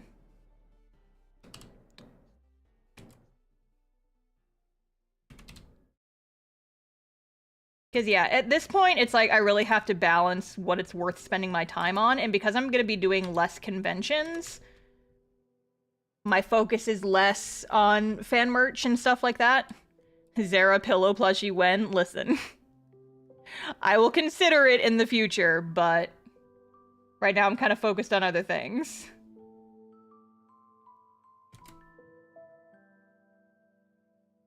You can't tell me that I have 3 campaigns of Critical Role stickers to get. The Critical Role ones are some of the few pieces of fan art that's probably going to stay for the foreseeable future because they do sell consistently well. I'm mostly talking about, like, I have my Great Ace Attorney charms, and they don't typically... I'll tell, like, a handful of them at conventions, but it's usually just the main character. It's like Ryunosuke, I occasionally sell a Kazuma, and then I occasionally sell a Sholmes, but, like, the other characters I don't sell so much. And I usually only sell, like, 1 or 2 per convention. And so it's not really justifiable to keep them around. And so I'm in the process of discontinuing those. Felipe 2, thank you for re-upping the membership. Appreciate it. Guess I get a freebie for the 5 months drink water. Okay, fine. I sip.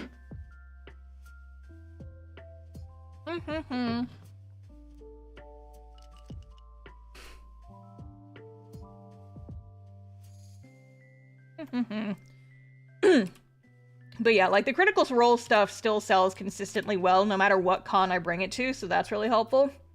But also, like, all my VTuber stuff, I loved drawing it. I had a lot of fun with it. It does not sell online. It only sells at conventions, and even then, really only anime cons. And so I'm in the process of, like, slowly but surely discontinuing all my VTuber fan art. Will we still keep the BG3 stuff in stock? Yeah, the Baldur's Gate stuff still does sell well. Not as well as it used to when the game first came out, but it still does decently enough that I'm probably going to keep it around for at least a little bit longer. So yeah.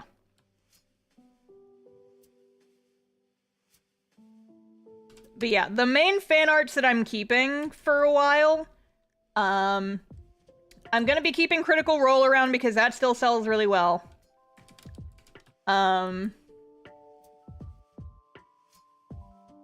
What else?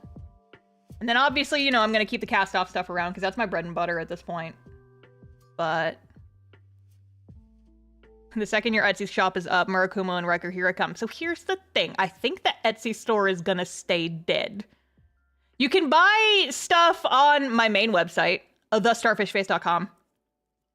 Those are still available there. But I've grown tired of the Etsy, and at this point, I no longer need it.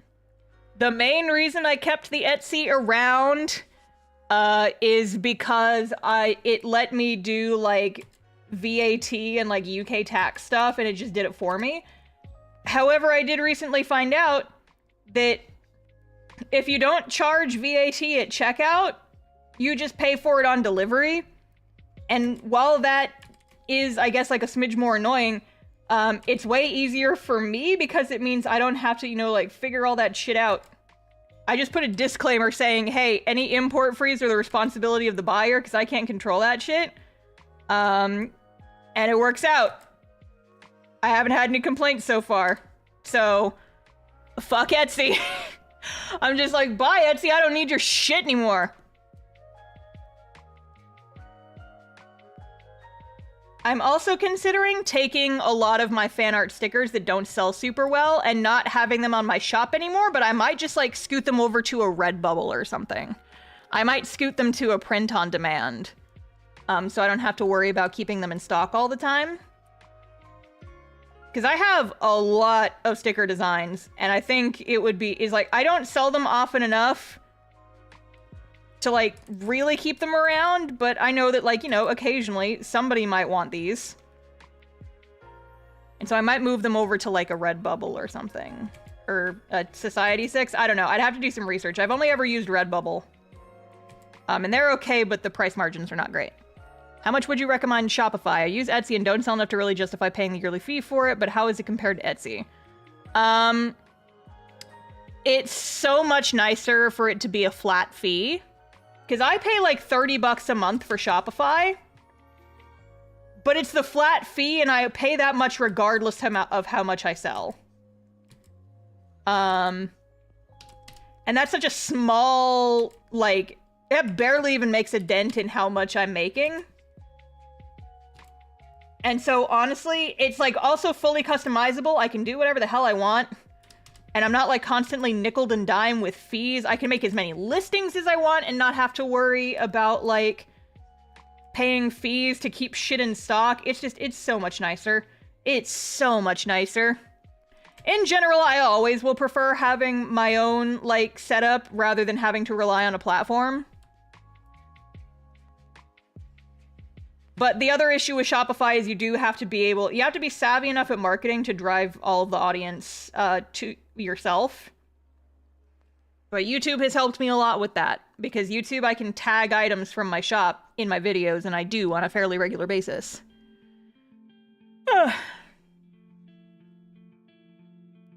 It's like, I still recommend Etsy to start with because the marketplace is very helpful.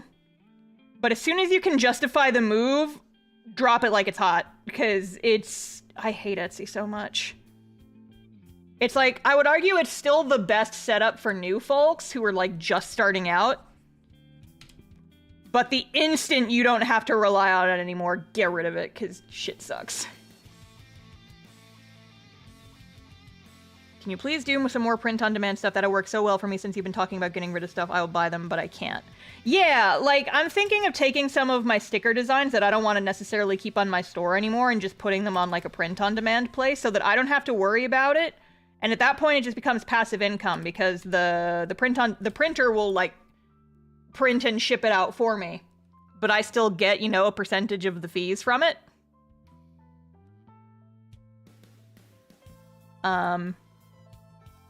So yeah, that's probably what I'm going to end up doing, but I'm not... I need to look into it. These are February thoughts.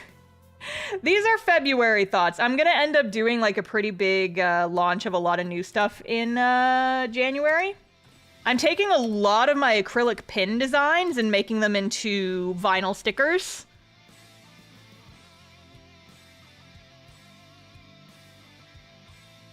And so that's very exciting. Like, if you guys like any of my acrylic pins but have wished they were stickers, good news, come back in February. Because I'm getting, not all of them, but like 90% of my print designs are becoming stickers. And they'll be, you know, like nice vinyl, weatherproof, waterproof, slap them on your car, slap them on your water bottle, etc. I do in fact have pins, but I wish were stickers. Yes, so that will be available. Where can I buy from you? If you do !store, yeah, Sly's doing it. So FrankieBot will bring up the link. There it is. TheStarfishface.com is my shop website that you guys can use.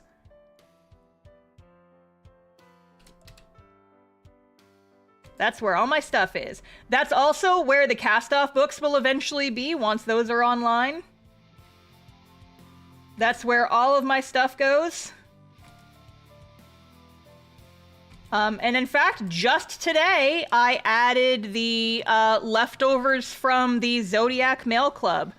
So if you guys liked the Zodiac stickers from last month's Mail Club, but you're not on the Patreon, but you still really wanted to get your hands on those stickers, you can now, while supplies last.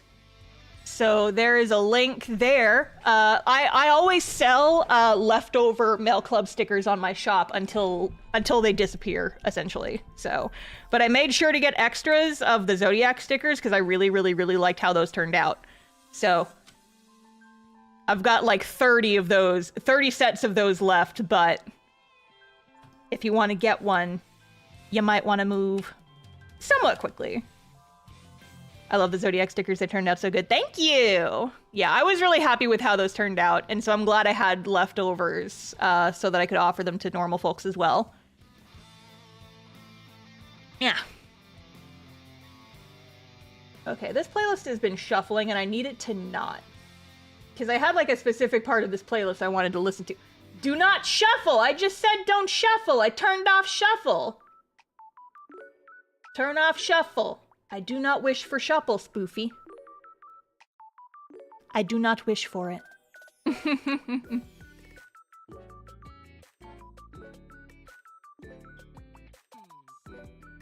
But yeah, I'm planning on adding a bunch of stuff in February, so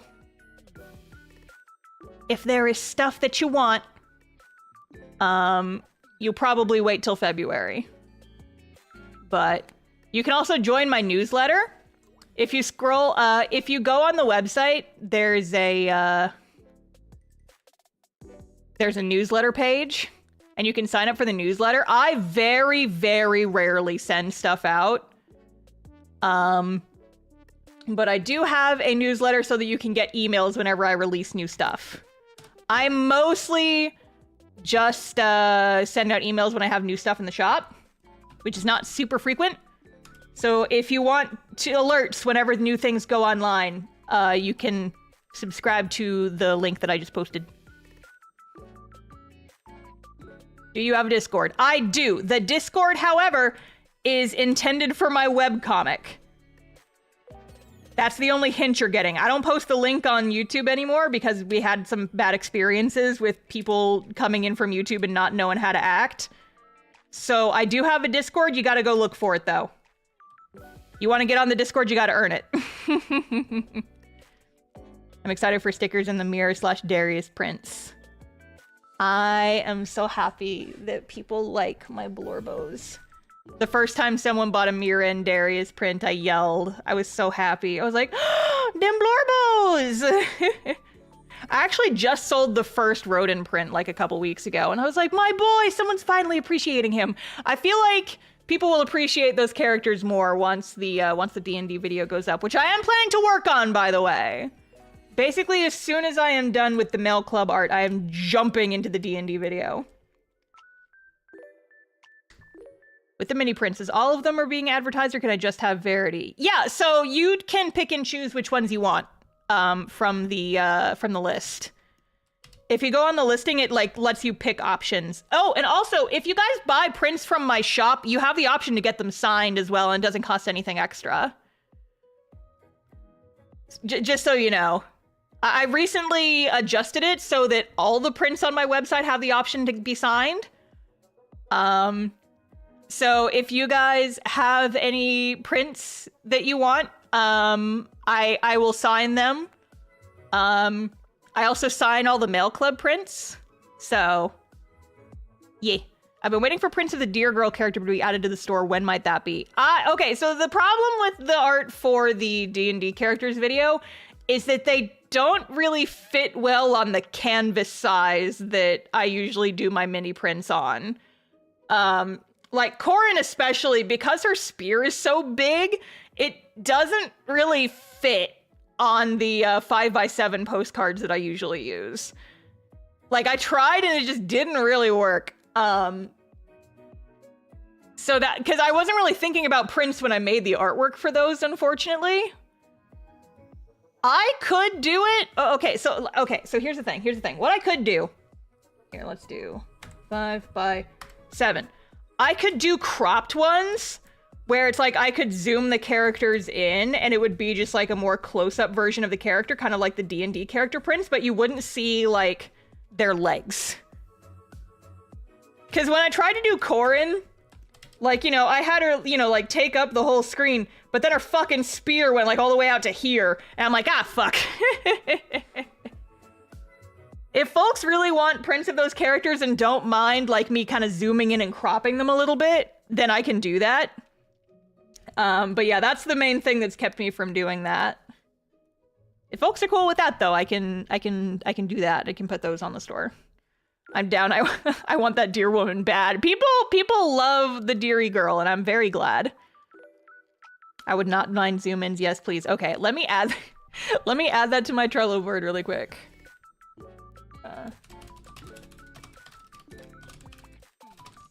Because like here, I can kind of show you guys an approximation of what that would look like really quick, because we have, just grab those characters really quick because I've got the art readily available. Because I think Amalia would be the only one whose full body can fit, because she's, you know, a little bit more inward. But like I could do just like a crop kind of like that. So you see a little bit more of the detail. I could fit her whole body in there, but she'd be a little small. The other two, though, are strike and poses that are a bit more difficult. Like, fucking, if I try to fit Everett down, like, if you want to get the full art in there, she makes her kind of small. But I could also do just, like, something like that.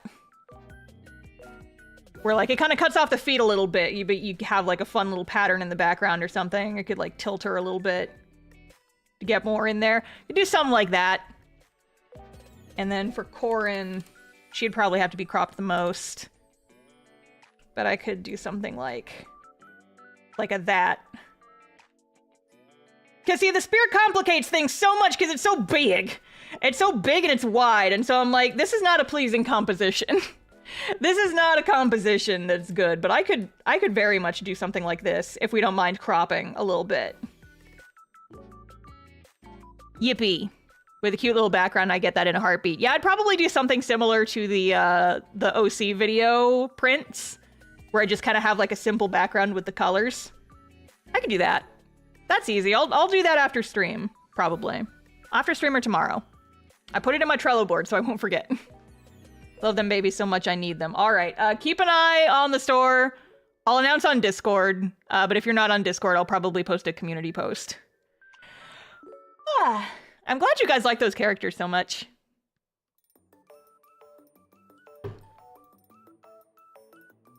We're here for Corin, though, not Spear. That's fair. That's fair. Alrighty. Inks! Yippee. But yeah, I think my goal from here on is to do more character art that I can then sell as prints after the video is done, because then the prints just advertise themselves. Because YouTube is so good about like always pushing out even older videos that the older videos will continue to get pushed out in the algorithm, and then those videos are just advertisements for the prints. This is me using business brain. You see how we do here? Business numbers. Is this working? And also, yeah, I do sign all the prints if you guys requested it. It's like the default option when you buy them from my store is a signed version. And I don't charge for signatures because it takes like 2 seconds. So.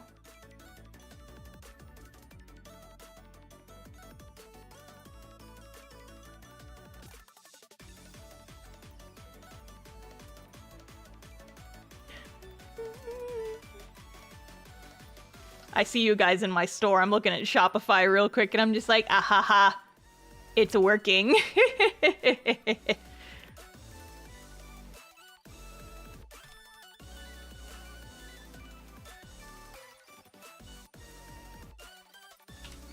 The character drawing is so cute. Thank you. This is Marina. She's a character from my webbed comic Castoff, which you can read at castoff-comic.com. Oh, and Dom87, thank you for the super chat. I'm saddened that terrorism happened on New Year's, but I'm alive in my hometown of New Orleans. Please keep me in my hometown in your prayers. Oh shit, I didn't hear that anything like that happened. I'm sorry. I'm glad you're good though. I didn't hear anything about that. Jeez Louise. But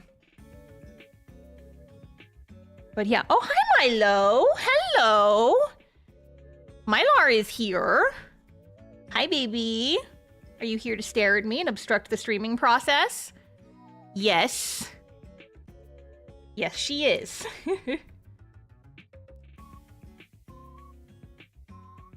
She's baby. What? No. I think she is. I think she's here to obstruct the streaming process. She loves to be an obstruction, don't you? Don't you love to be an obstruction? She jumped. She's had enough of me. It's like, ugh, fine. If you're gonna be like that, then I guess I'll just go somewhere else. Baby cat. Cat cameo again. Yup. Yarp. She baby. She baby. This outfit is very detailed and there is a lot of stuff to fill in here. I'm actually going to turn off the background so I can see more easily the bits that I missed with the fill. Wah.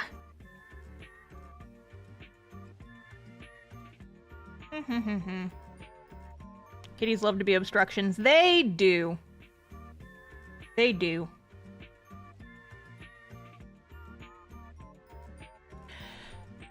Thank you for mentioning the store. I wanted those Zodiac stickers so bad. I am glad that you were able to get them. Thank you for your support. But yeah, I'm thinking that I want to, A, do more, like, holographic fancy stickers in the future, just because I found a way. Marina, you look so red without the color theory balancing of the background. She looks so, because like the background makes it look more normal. Color theory do be color theorying, good lord. And then you turned off the background layer and make it white instead. It's just like, oh god. She was left in the sun for too long. Yeah, but no, so like my plan is, you know, like pretend like this outer nonsense is glitter. I'm thinking this is kind of what I want to do for the for these stickers, is I want to do glitter and then maybe glitter on like the little heart ornaments and like the jewelry and the little hearts down here and maybe on some other stuff. And then I'd also probably find some stuff for Marina to do cute colors on, like cute sporkles.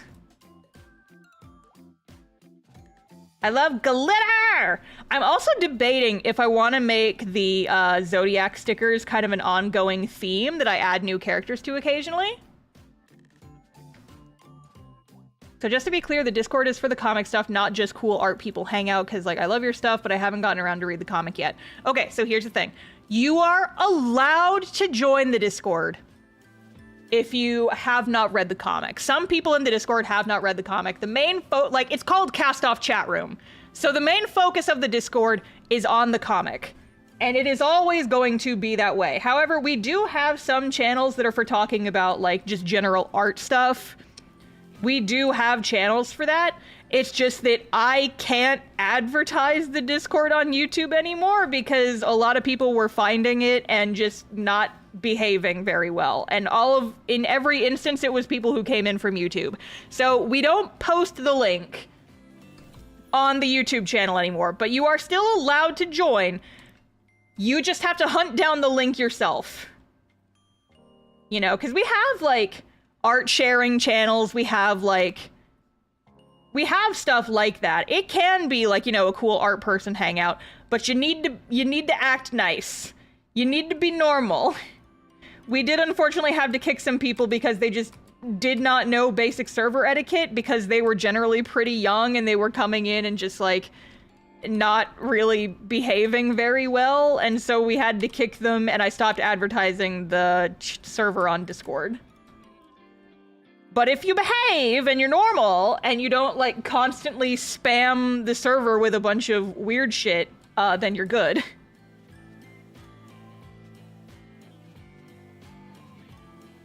But also, I'm not gonna give you any hints on where to find it. You gotta hunt it down yourself. I'm looking for it like a madman. You will not find it on YouTube. That is your one hint. It's a server for the comic. Where do you think the link would be? It's not hard to find. You just gotta know where to look. Please don't tax the mods. Yes, we love to be chill. Honestly, yeah, lurking is also extremely acceptable because I have alerts set up. Like, I encourage people to lurk in the Castoff server because I do like updates, and you can sign up. You can opt in to get like @alerts. So I'll you if something specific is posted, but it's entirely opt in. I very seldom do everyone's because I know it's annoying. But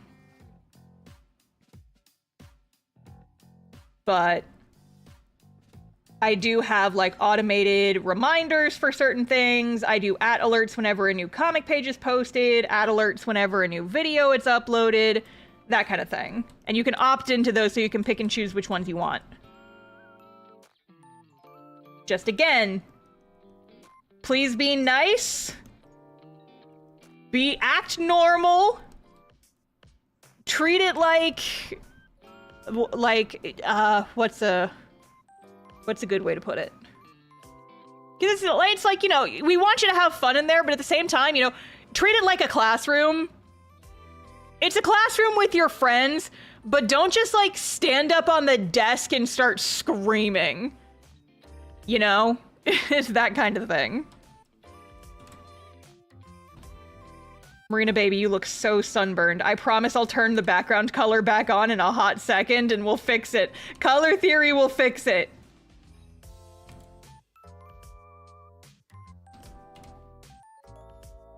She's so fluffy, though. I was thinking about it earlier today. I do genuinely think that Marina's the most fun to dress up. She is so fluffy, and she looks so cute in ruffly outfits, and I love to draw her in ruffles and frills.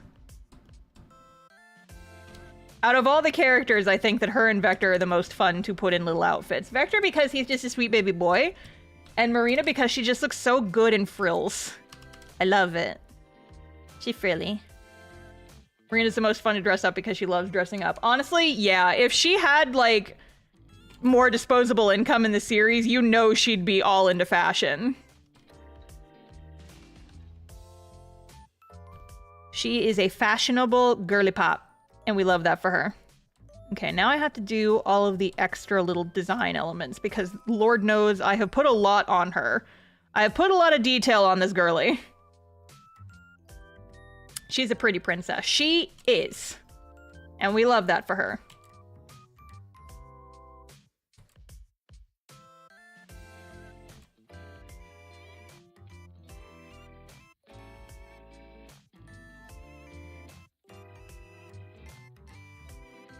Okay, so there's that one on the shoulder.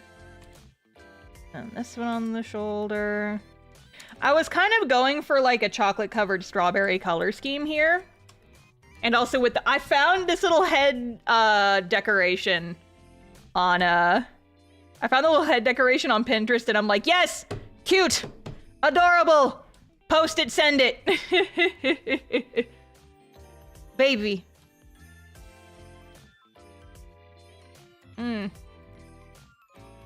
roll my shoulder a little bit. She flumpy. I love drawing cute, roughly little outfits like this so frickin' much. Oops, a doodle. There. Is this one of the stickers? Yes, this will be a sticker for February. So it's not going to be released for a while. But I'm trying to get ahead on my work so I can take January off guilt-free.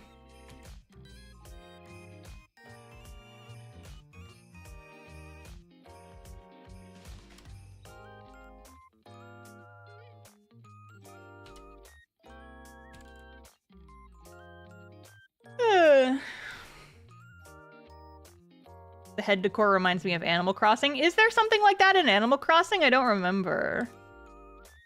But nah, Animal Crossing is also a game that you gotta be fashionable in. I don't make the rules. You must be fashion in Animal Crossing. I've talked about this before, but it's been a while. In New Horizons, I was working on making a Castoff themed island. Like, I assigned each character a representative villager, and I made little areas of the island that were kind of, like, representative of them as a character. Like, I had a section of the island that was designed to look like Marina's little island house, and Rory had a little area that was like a workshop. I had a bunch of stuff like that, and then I ended up never finishing it. Because my plan was to, you know, once they released the what is it? The DLC that lets you design other villagers' houses, like the interiors, I was gonna use that and design, like, home interiors for all the characters as well. I just never got around to finishing it, unfortunately.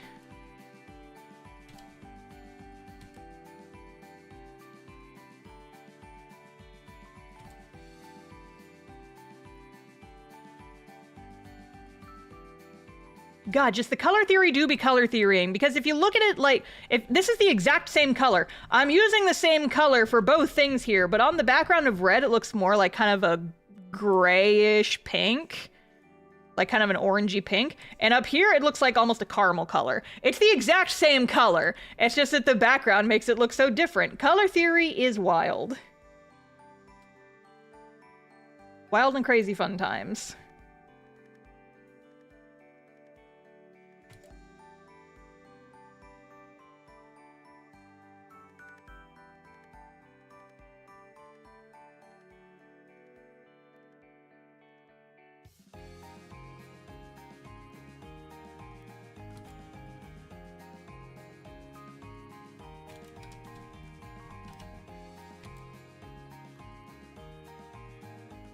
Okay, so there's the stripes for that, and then I want to do stripes on the big bow as well.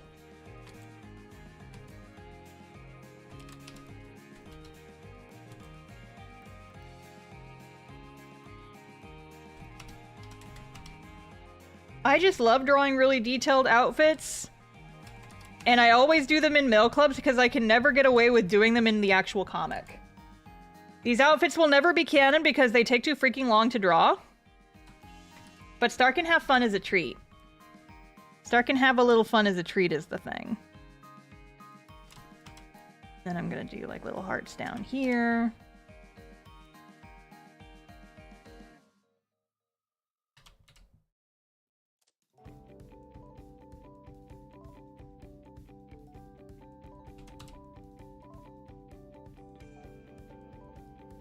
New Year's treat. Yeah. I'm glad that folks who are in the mail club are so ready and eager to let me just kind of go ham with designing silly things.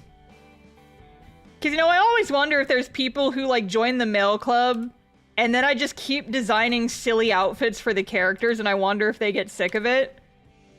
But it's like, I always give people the option to leave if they're not into the mail club theme for the month. I usually warn people, like, up to a week before the mail club is released. Is like, hey, this is what you're gonna get unless you drop your pledge over the next couple of days.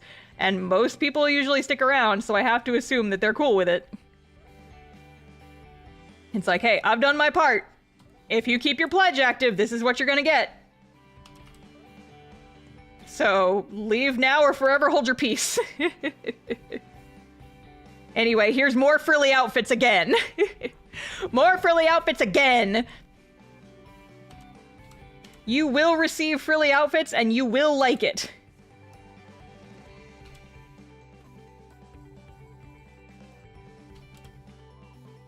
Because they bring me joy. You have your own sticker / print book in my house. It's just star art. Aww. Yay. This pleases me. That makes me glad to know. I'm glad that people like my stuff so much that they dedicate like a whole sticker book to it. Although, actually, you guys know what I did start poking on more today. I was poking at the eventual Mail Club collection art book today. I think I am just gonna go ahead and do like a collected Mail Club works for the art book, and then I'm gonna do a more complete, like, TheStarfishface art book later, because I'm tired. But just like a collection of high-res art from all the different mail clubs for the past 5 years is very doable, and so I think I'm just gonna stick with that. Books would be cheaper too because they would be smaller. It'd only be like 150 pages. 10-year anniversary art. Yeah.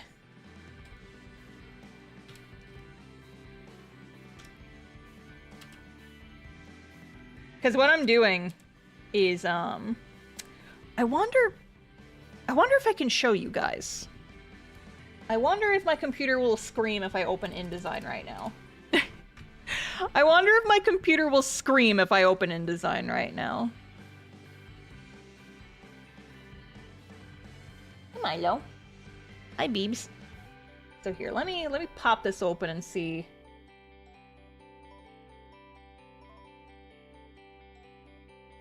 Okay, it's gonna look funkadoodle.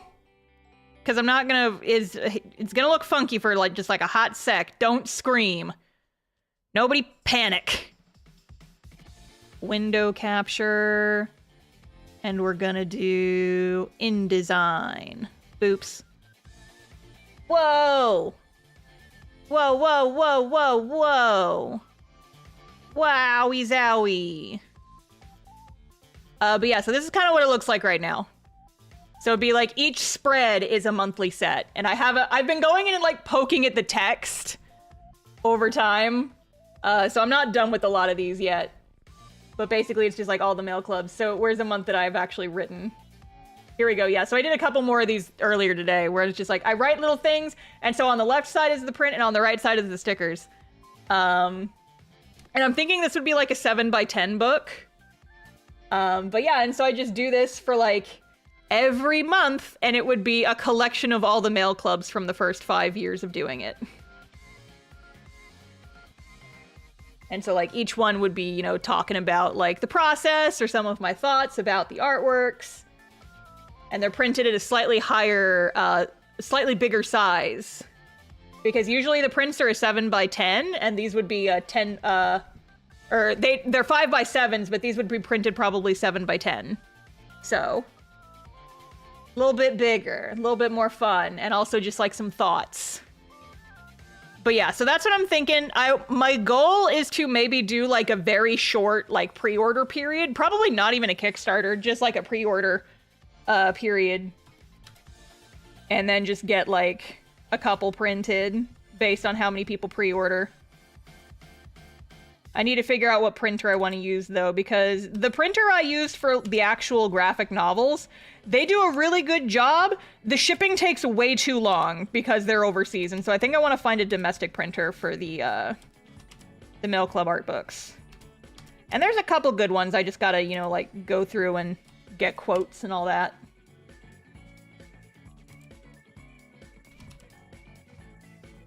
Hey, Milo, get out of the Christmas tree! No. No, ma'am. No.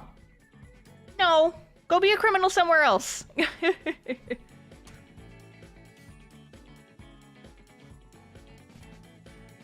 But yeah, so basically what caused the art book is that, you know, I've been doing the mail club for like 5 years, and what I had been doing was just like you know, they're available during the month that they're active, and then I also make them available for a limited time to do reruns every April.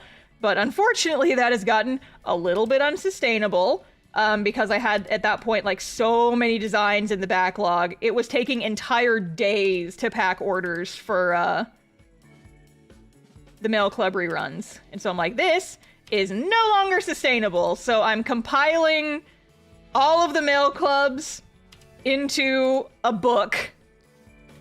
And yup, that's what we're doing.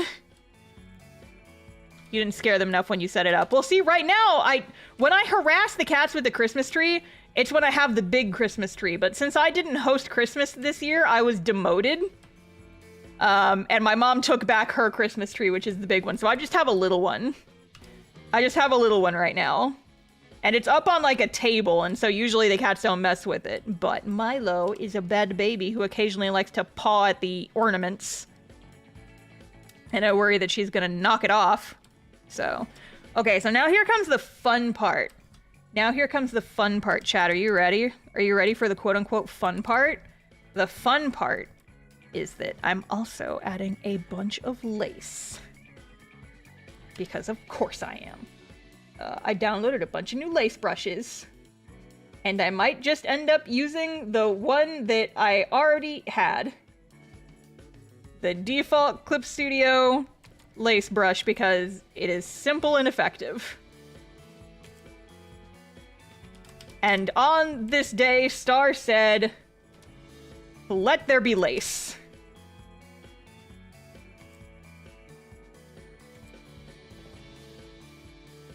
Yippee-ki-yay.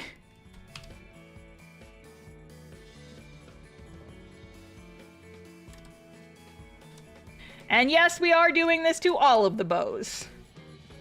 Because I want to get like that kind of flash of the white color in there.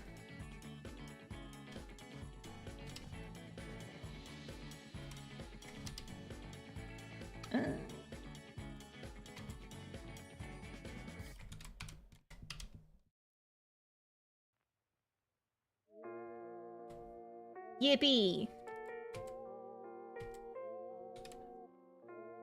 Oh, that already looks so cute. That already looks so cute! Ah. It's lace hours.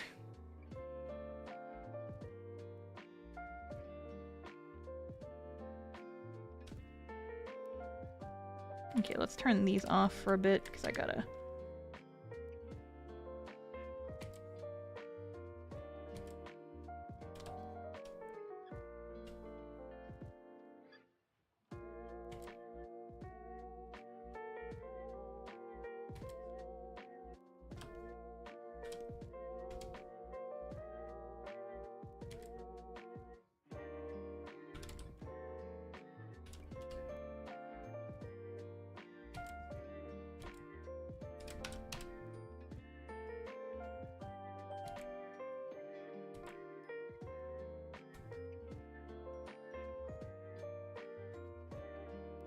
And then with this...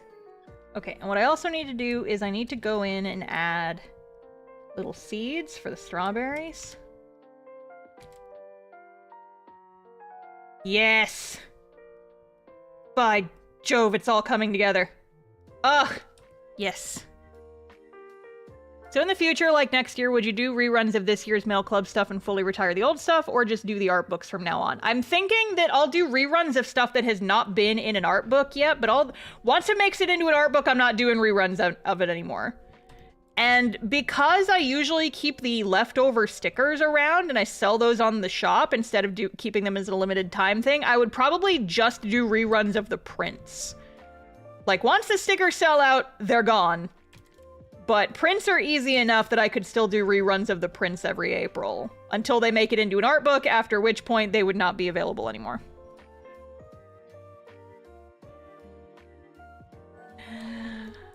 Oh my god, this is cute. This is cute as hell.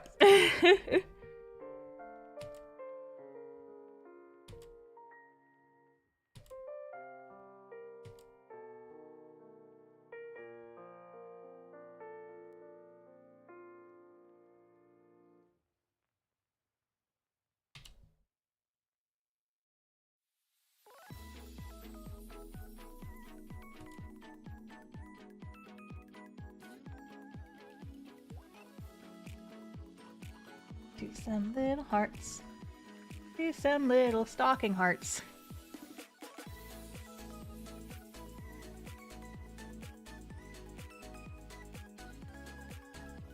Alrighty, this is looking cute AF. Cute AF. Let's do the rendering for her eyes now.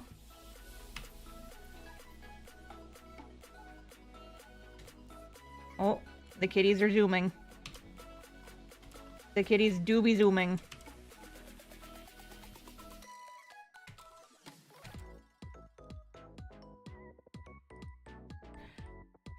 Ugh.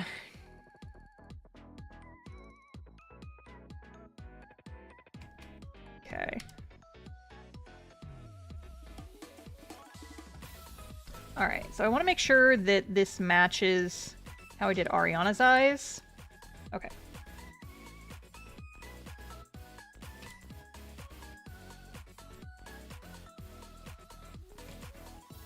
Okay, that's a bit too much, so I'm going to tone that down here in a sec.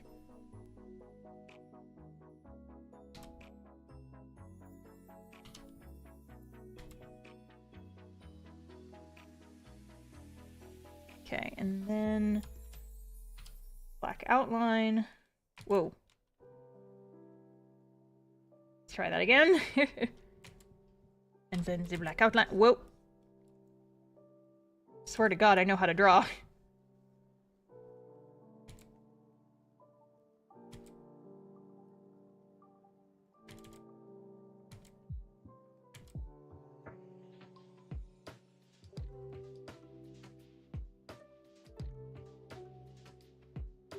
Okay.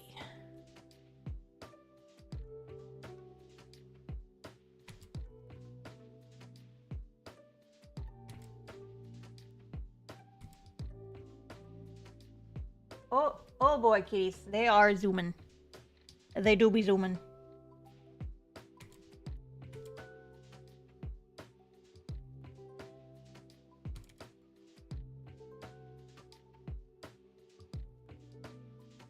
Occasionally looking up at my second monitor where I have the art like fully zoomed out. It's easier to look back and forth. Okay, so there's that. And now we are going to give her the little pupils. Heart-shaped pupil. Mandatory. Required feature.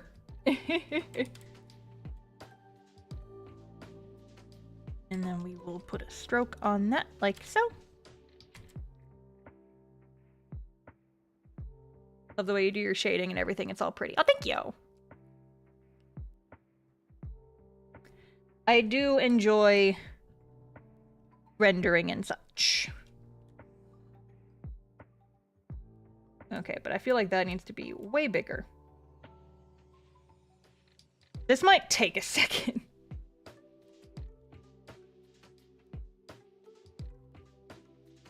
Looking a little scary right now, but I promise we're going to fix it. I can fix it, chat. I can fix it. I got this.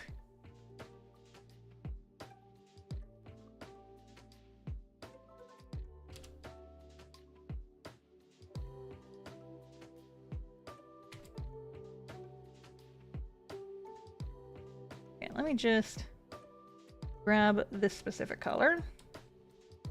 And we will do an outline like that.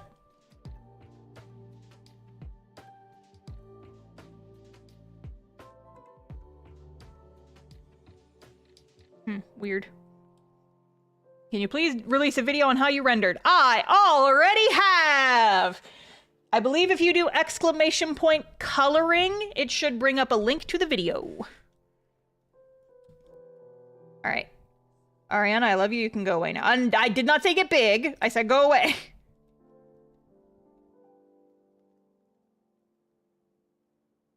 Okay, so let's combine these layers. And we can screw around a little bit.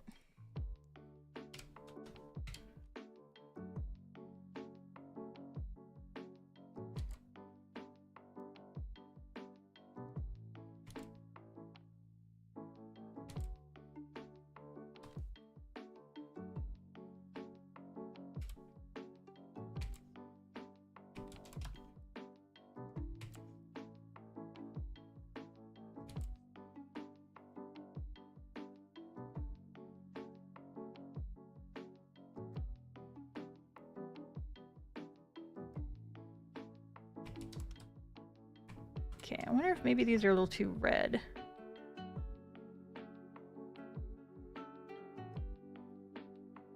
I might come back and fart around with these pupils.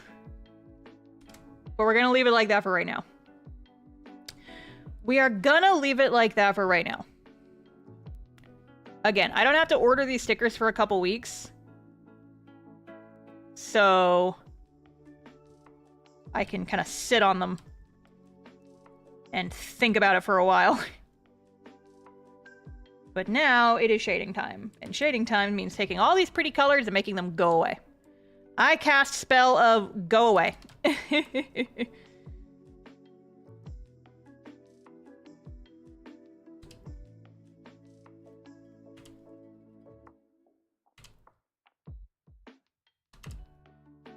Oh, yeah, here. So y'all require an update because it is mandatory that I talk about this at least once per stream.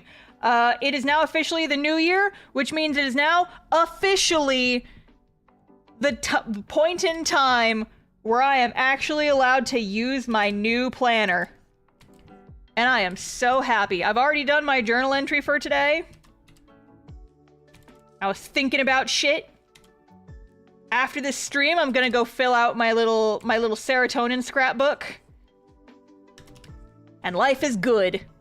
I have been waiting for so long. The planner, yes.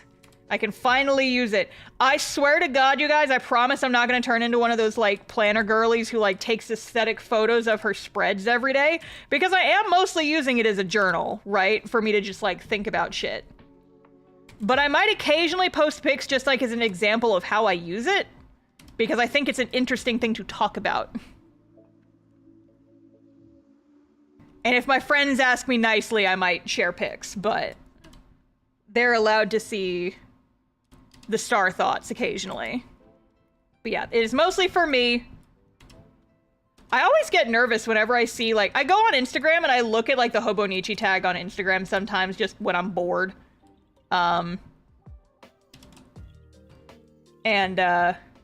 always get nervous whenever I see people posting, like, pictures of their full and is like, here's my journal spreads, and it's like actually journal entries, and they're like talking about important shit, and I'm like, you sure you want to post that? I can fully read everything in there. All of your deep personal thoughts are now in my eyeballs. Are you sure about that? It's like, okay, whatever. So it's like, my God, I could never, but I'll probably post a picture of the serotonin scrapbook, if anything. Because, you know, like, I am putting fan art and stuff in there. I think that one would be fun to do a flip through of when I'm done with it. But, I mean, it's going to take a year because it's a year planner. And also, but, like, I'm putting a lot of fan art and stuff in there. And I'm like, you know, I'm writing people's usernames next to it so I remember who drew it.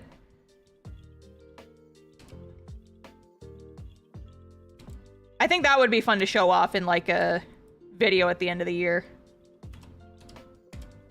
Just as like, this is all the shit that made me happy this year. There you go. Lesson not to share everything on the internet. Yeah, no, sometimes stuff like that makes me really nervous. And so I'm like, y'all don't get to see the intimate star thoughts where I'm just like brain dumping about like home buying woes and shit. I already am a little bit of an oversharer on streams. We don't need to go any deeper.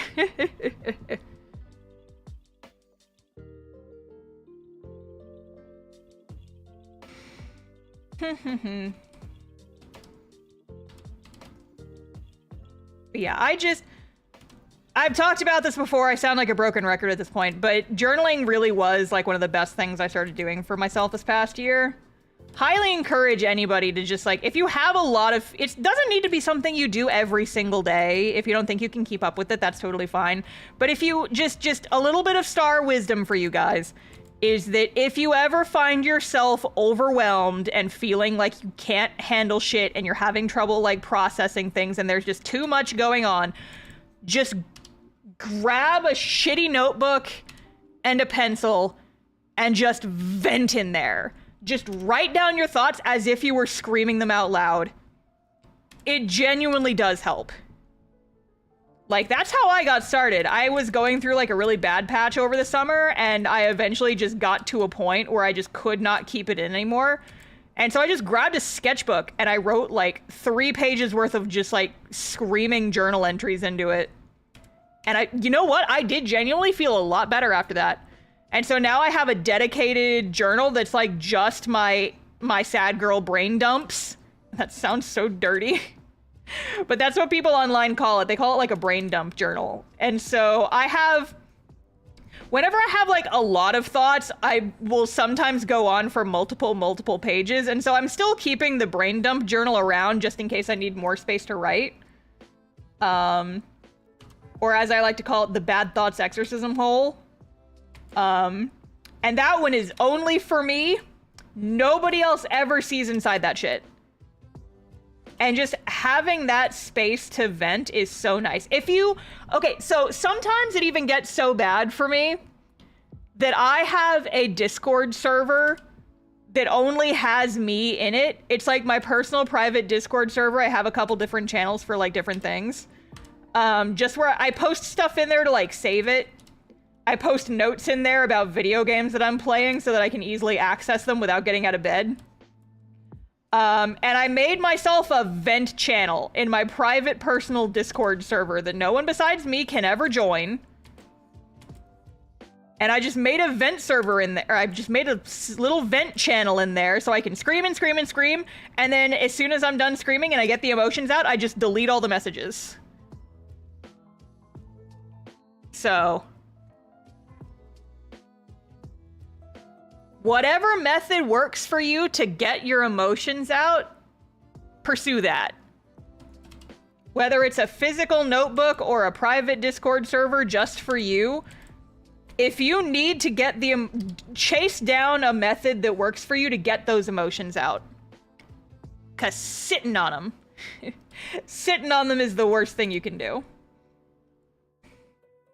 Please make sure to seek professional help if you need it. Sorry, we worry about you. I do appreciate it, but yeah, I mean, a lot of my vents are just like, my friends are going through a bad time, but I love them. Ugh. It's stuff like that. And specifically the one that I was screaming about the other night was me like getting really in my feelings about how overworked I've been. And you know, like venting it out to no one in particular, screaming into the void does help. That being said, I am hoping to maybe one of my like very casual goals this year is potentially trying to find a therapist. It's not something I have ever looked into, but I'm thinking like it might be good. So we'll see. It's gonna depend on health insurance shit, but that is something I have thought about pursuing this year. I might finally try and get that ADHD diagnosis, but we'll see, we'll see. That's for Star to talk about in her journal, and not to talk about on stream. It was a lot. Yeah, I mean, like, I've only done counseling, like, once or twice in my whole life.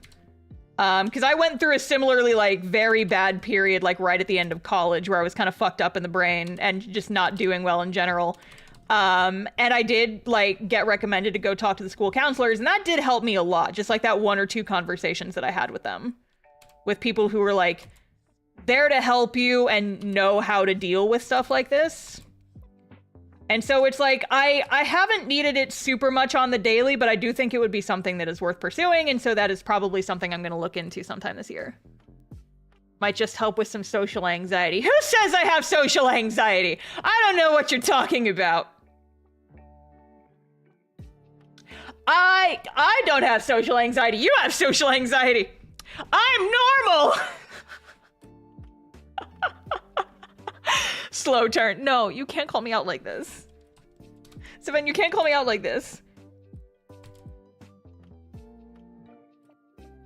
What happens in mod chat stays in mod chat, okay? What happens in mod chat stays in mod chat.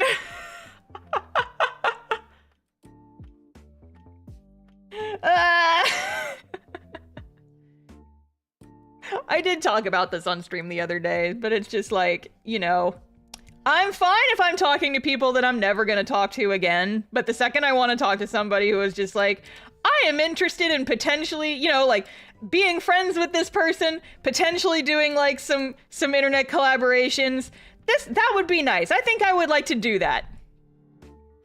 Anyway, what's for dinner? I'm going to ignore that thought, because the idea of talking to other humans is too scary. Is the basic gist.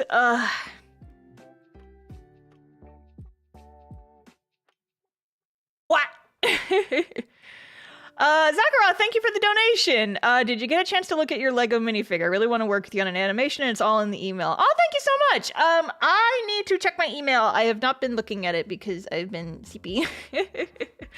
I've been CP. But I will check. I will check after stream, so thank you.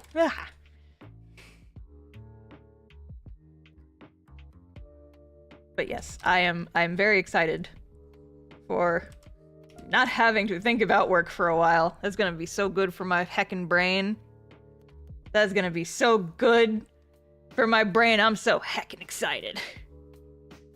Stars new character for ARC for 2025, more interaction. I mean, honestly, you say that as a joke, but like, it is kind of serious. I do want to like get better about that kind of shit.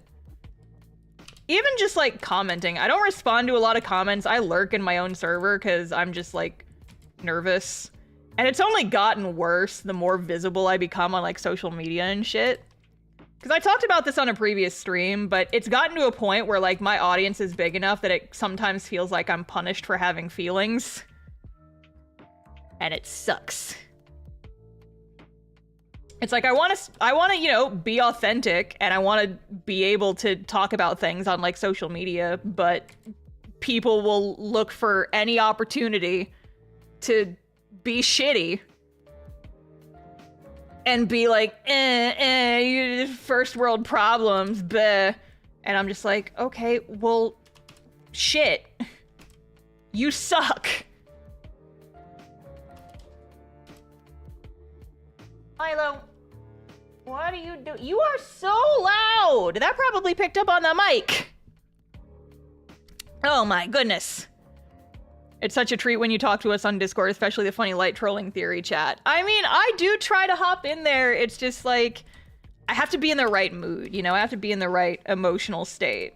Like the other night when I was in Patreon chat for like 2 hours, just like yelling. That was just because I was tired, but I wasn't ready to go to bed yet, and I'm just like, I'm gonna fuck around. And oh man.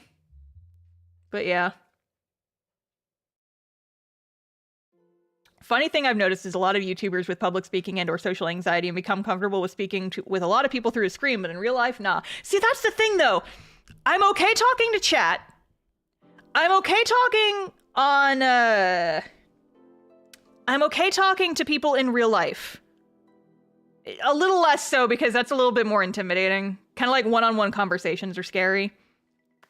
Talking to people one-on-one in DMs is terrifying. And I hate that.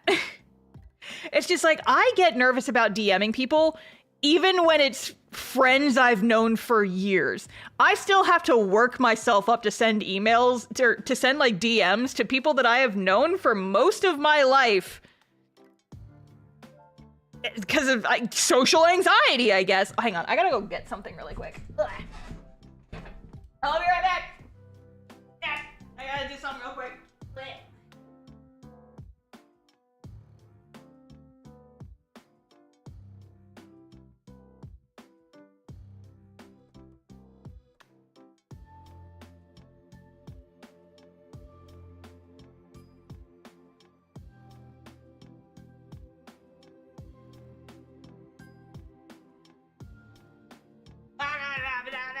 Okay, I'm back. I'm back. I'm back. I'm back. I scratched my face and it started bleeding and I'm just like, oops. I need to trim my nails apparently. Ouch. But yeah, like genuinely, if I can, I think my biggest issue is that it's hard to read tone and stuff over text. And so I always am constantly worried about like coming off wrong in DMs and emails and stuff. I worry about like saying the wrong shit and then not knowing how they're responding to it, because, you know, like when you're hearing somebody on a voice call, you can kind of pick up nuances from their speaking. And so I'm like way more comfortable talking in a voice chat than a one-on-one text call, because like you get the reactions right away and you can be like, oh, okay, I think they misunderstood me. Here's what I actually meant. But with DMs, you just have you're basically just like shooting your shot into silence. And then if they don't respond to you right away, it can feel like, oh shit, I fucked up. Oh shit, I fucked up. I said something so irrevocably stupid, they have to work up the chance to reply in a civil manner because I said something so stupid and dumb. And in reality, they're probably just like, they set their phone down or something.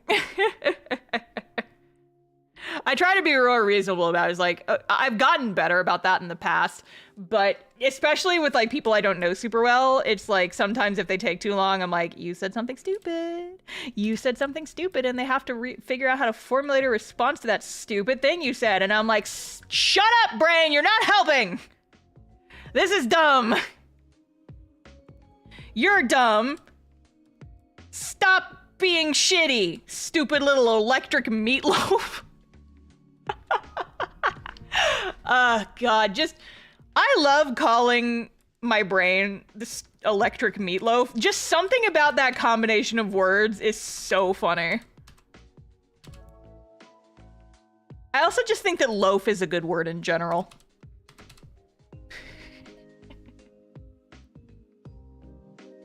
Rejection sensitivity is a real thing. Yeah, I didn't realize that's what that was until somebody pointed it out on stream. It was like, oh, you mean rejection sensitivity? And I'm like, yeah, I guess that is what that is, isn't it?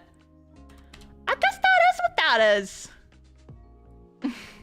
Band team material. Yeah, thanks for coming out to our concert. We are Electric Meatloaf. 1, 2, 3, 4. It's like, I have an electric meatloaf in my brain cavity, just living in my skull, and it has anxiety. That's fucked up. I hate that, actually. Electric meat should not have anxiety. It's like, you ruined a perfectly good meatloaf is what you did. Look at it. It's got anxiety. You put too much electricity in the meatloaf and now it's scared to talk to people. Why'd you do that?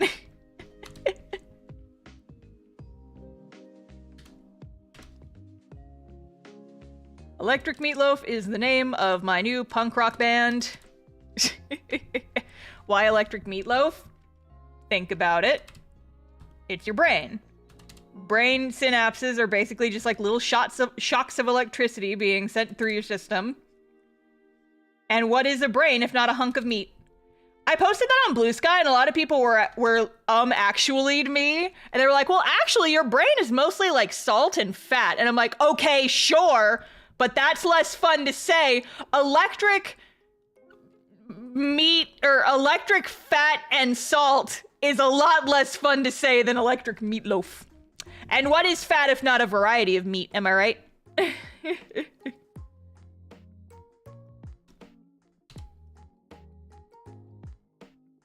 Actually, yeah, a couple people did that. It was all in good spirit. It was all in good fun. But I was still just like, are you actuallying me on my meatloaf posting? Oh, hi, Milo. Are you here to cause chaos and get all up in my shit? Yes, you are. Yes, you are, your baby.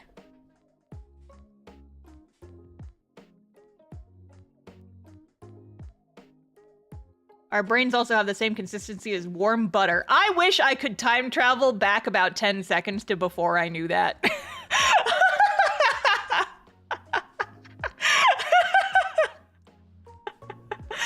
I don't mean that as offensive. I just think it's funny. It's like, could have lived my whole life without knowing that, without imagining that. I'm just going to continue calling it electricity meatloaf.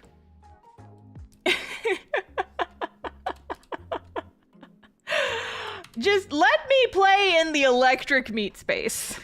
Oh god, that's my other pop punk band actually, Electric Meat Space. Why am I just coming up with bangers today? Electric Meatloaf. Hell yeah. You're doing great, Star. Oh my god, we can't keep doing this.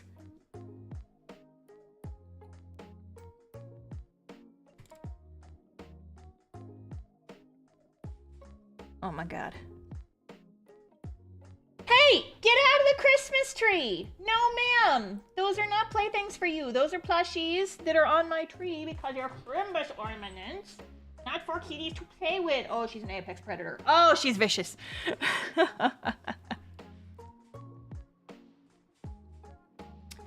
Chat, I am getting hungry. Depending on how things escalate over the next few minutes, I might end the stream like 10 minutes early. Cause your girl is suddenly very hungry. And I don't have any snacks that are easy to eat on stream. Cause I wanted to go to the grocery store yesterday, but I tried and it was stupid crowded and I was just like, nah. So I'm probably gonna go to the store tomorrow, but right now it just means that I don't have any food in my house really. And I'm hungry. I'm hungry. I need to make dinner. I've got one more pack of ramen left. I have one more pack of ramen I can make. I'm gonna put like eggs and corn and stuff in it. Should have done grocery pickup like me. I am too much of a cheapskate to make groceries cost more. Because I know that like grocery delivery is a thing, and I only do it when I'm like sick and actually can't leave the house. Because I'm too much of a cheapskate to pay slightly more for my groceries. I hate the delivery fees. Anything that makes my groceries cost more, I'm like, nah. They don't cost more if you pick them up, at least not here. I might have to look into that. Because I hate grocery shopping. It's like my least favorite thing. But if it doesn't cost more to do pickup, then that changes things. I could do curbside. Curbside grocery. Milo! Oh! She's yelling. Milo, do you just love... I feel like you just love the sound of your own voice, Tiny Cat. I do feel this way. I feel this way about you.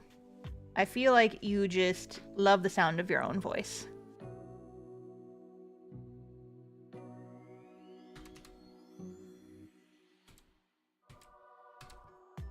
Walmart absolutely does that. I don't prefer Walmart. But I will do some research on this and look it up. Because I know my local grocery store also does pickup. Because I see the people going around and doing the little pickup carts around the store when I'm shopping. Yeah, I'm busy. I don't want to spend like 30 minutes at the grocery store just looking for shit. I'm tired. I'm tired. I got anime girls to draw. My local HEB has free pickup if you choose time slots far out enough. Ooh. That's good to know because I have an HEB that I do most of my grocery shopping at. That is good to know. I think the one time I tried to do store pickup for HEB was right when the pandemic first started and everyone was doing it. And so I would have had to wait like a month to get my groceries. And I was like, nah. But I haven't tried it since. And I doubt it's that persnickety now. Especially because I can just pick whatever the fuck time I want because I don't have to worry about like, you know, being home or whatever. Because I work from home and shit's easy. This is valuable information that I'm learning on stream today. Thank you, gamers. Thank you, Starmans, for your valuable service.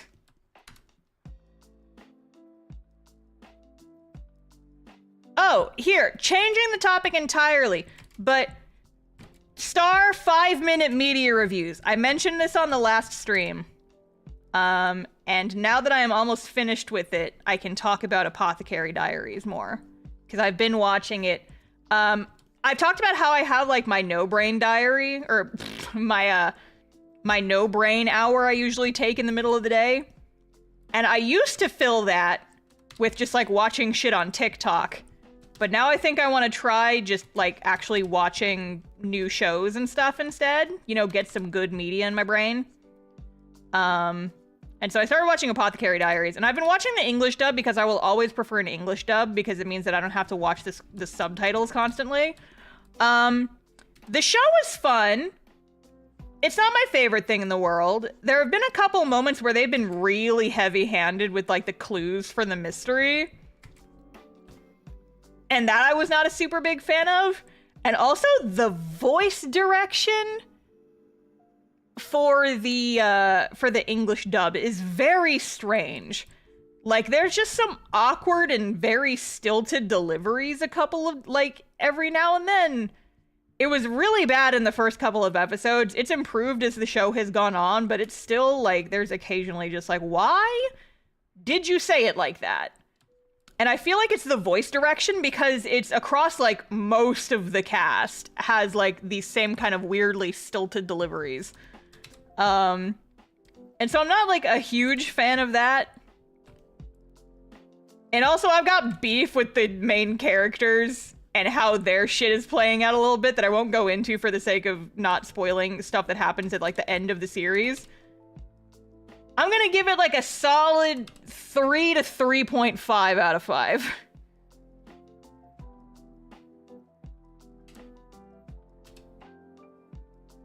It's like, I like it enough to watch it. I don't think I would rewatch it. It's decent. I don't regret watching it, but yeah, I definitely, like, a lot of my beef is with the English dub specifically. But a lot of it is also just to do with the writing. So, Milo, hey, you're gonna knock it over if you keep pawing at the ornament. You have so many toys.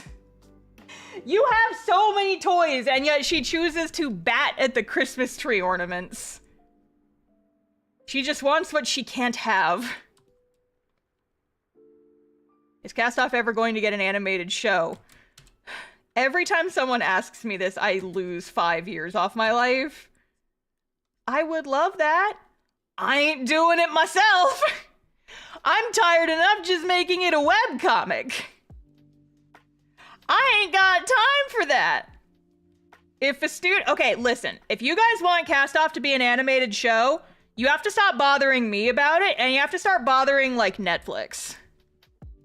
You have to start bothering the studios about that shit. I don't have time, or the financial or time budget to do it myself, but if that's something that you really, really want, be loud about it on social media, and maybe they'll pick up the hint.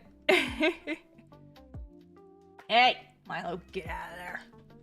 Have you tried running a regular stream and a short stream at the same time yet? I saw you did a shorts one last week or something. I don't know how to do that. I don't know how to do that. I would love to multi-stream to, like, YouTube and TikTok at the same time and not have it be a vertical stream, but I have not quite figured out how to do that.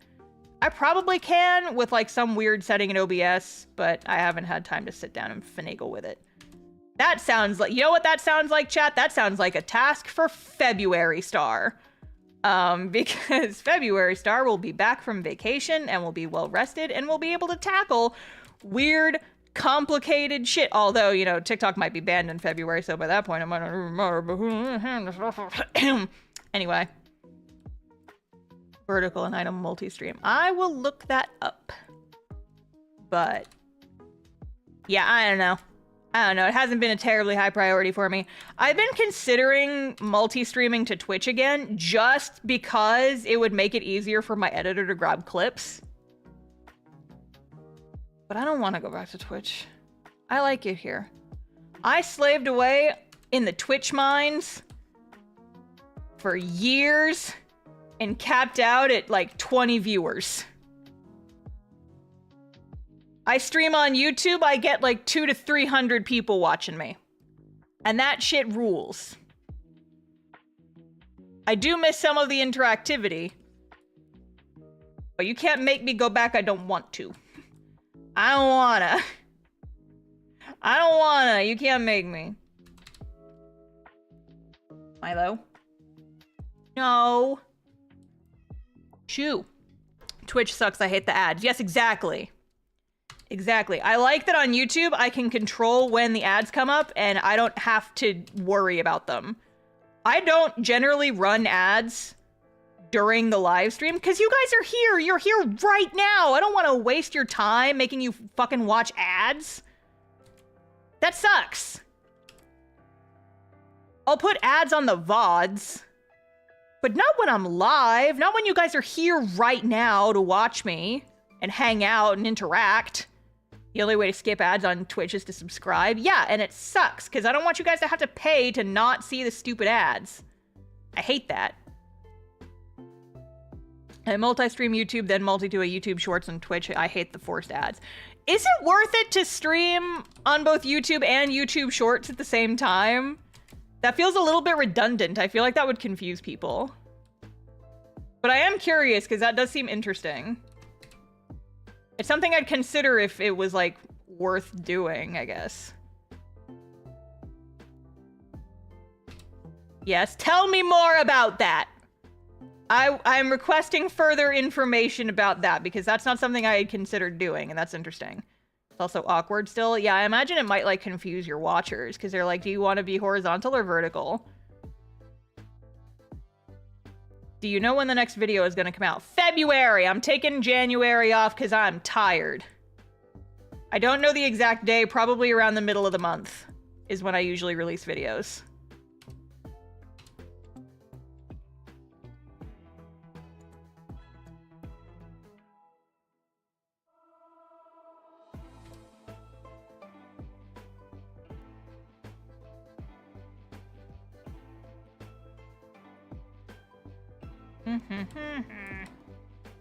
Where have I forgotten to shade?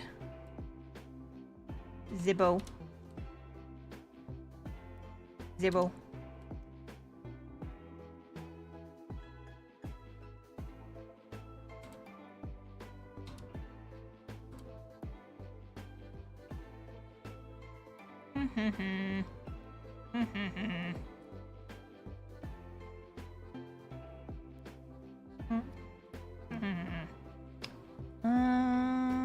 I guess I need to add more on the hands.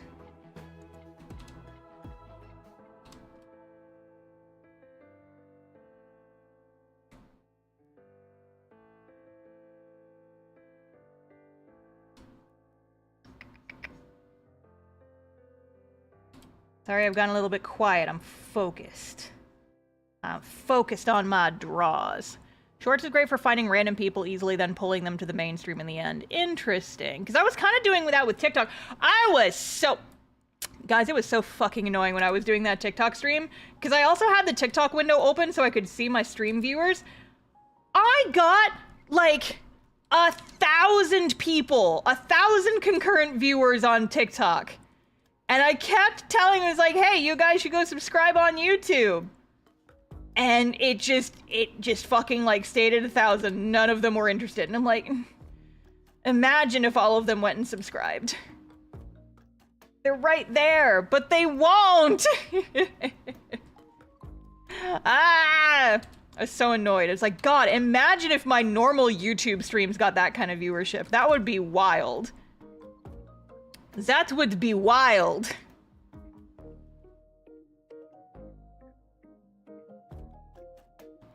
Wouldn't you be afraid if Netflix made Castoff, they would force you to give up rights and stuff? I would lawyer the fuck up before signing anything. Don't worry about that. YouTube has what's its first streaming feature in over a year with goals. Oh yeah! YouTube does have like this new thing that I keep forgetting to do anything with. But I can set like super chat goals for streams. And then I guess it shows up at the top of the chat. It only lets me do it for super chats right now. But it's like, hey, I can set goals and I'll say, hey, what's here? If we get 1 super chat, I will, I don't know, Stream 10 more minutes. I don't know. This is just an example. No one actually do it. I kind of want to see what it does, though. So, yeah. Seagull. Goal created. Starfish just created a goal. But, like, I guess that shows up in, like, the little ticker at the top of the screen. Stream 10 more minutes. Okay. Oh, I accidentally opened the super chat thing. Okay. So, yeah. How do I turn that off? And make it go away, remove goal. Yes. Okay, so that's introduced. Ah, Jared! He sniped me! Got in right before. Oh my god, guys! I said don't do it. Thank you. Jared and Dark Horse Workshop, thank you for the super chats. I appreciate it. I guess I can stream 10 more minutes. I will put off my ramen for 10 minutes. But yeah, I don't know. I might use that in the future, but I don't know. I think that would be good for like subathons or something, or like money raising things. But I wouldn't like promote that too much on YouTube, because YouTube takes like, fun fact if you didn't know this, YouTube takes 30% of your super chats. More if you send super chats from iOS devices. Because hey, real quick, if you're gonna like buy something or join a Patreon or something, never do it on iOS. That's a computer activity. Because if you do it on iOS, iOS takes a big chunk of that money right off the top. They take like, I think 30% just right off the top. And then the remaining 30%, I still have to give 30% of that to YouTube. Don't do money shit on iOS, because they take such a huge fucking chunk off of it. It's a nightmare. It's hell.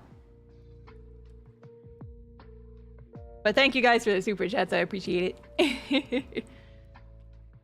But yeah, that's why I never like go super gung-ho about like advertising super chats and stuff. I always appreciate it. But like, if you're gonna donate, Coffee's better because Coffee doesn't take fees. Coffee doesn't take a percentage. So Google, I guess, is ramping up to do the same. Yeah, everybody wants money, and it fucking sucks. I'm waiting for the revolution. Anyway. Wow, look at this cute frilly dress I'm drawing! Whoa, that looks weird. There.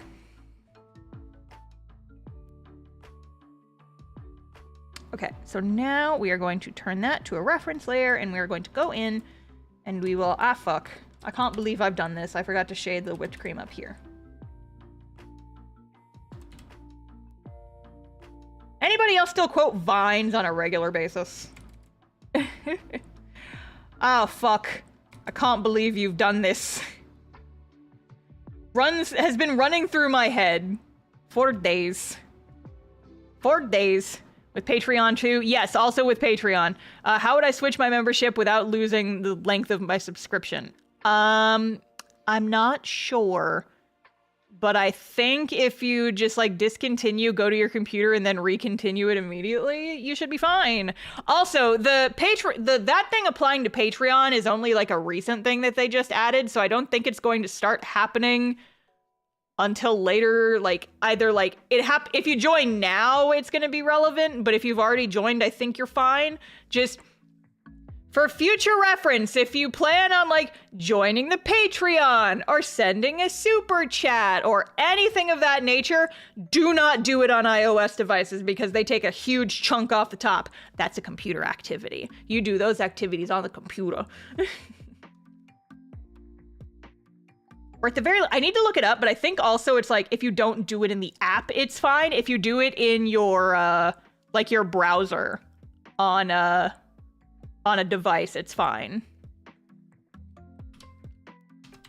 But if you do it in like the Patreon app for iOS, it like takes a big chunk. But if you open like the Safari browser or whatever, then it doesn't. If I rejoin now, I can get 2 Zera prints. I mean, you can also just like buy extras and it's cheaper. But yeah, I don't know. Don't take my word as gospel on any of this. I need to relook up how it works.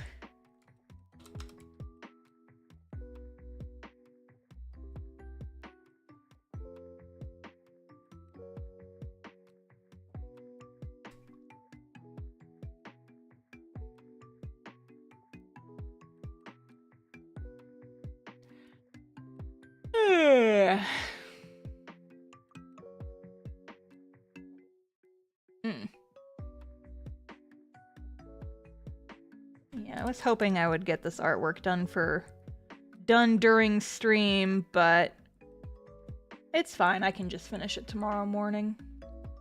And like I said, I might stream either tomorrow evening or Friday to work on the print. The print is less pressing because I print them myself, and so I don't have to worry about like ordering them.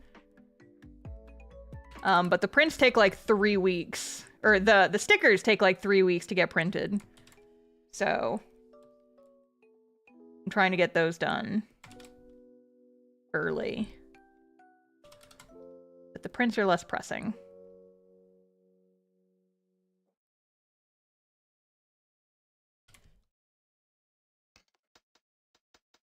I thought they made it so you can't do that on a mobile browser. See, this is why I'm saying don't take my word as gospel, because I'm not actually sure.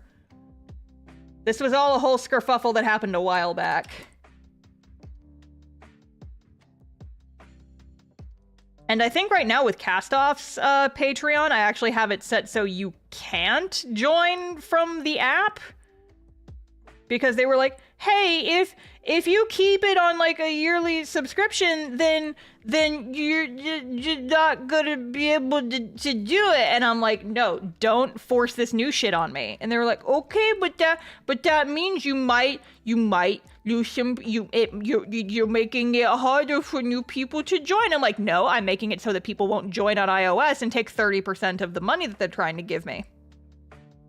That's what I'm trying to prevent. At this point, I would love to move over to using coffee for this kind of shit. But I also kind of don't want to rock the boat with Patreon because it accounts for a large percentage of my monthly earnings. So, it's fucking bullshit. Like I said, I hate platforms. I hate platforms so much. And like, I could, you know, like, make the mail club just a thing in my store. I could get an app that lets me do a subscription through my online store, and then just have Patreon be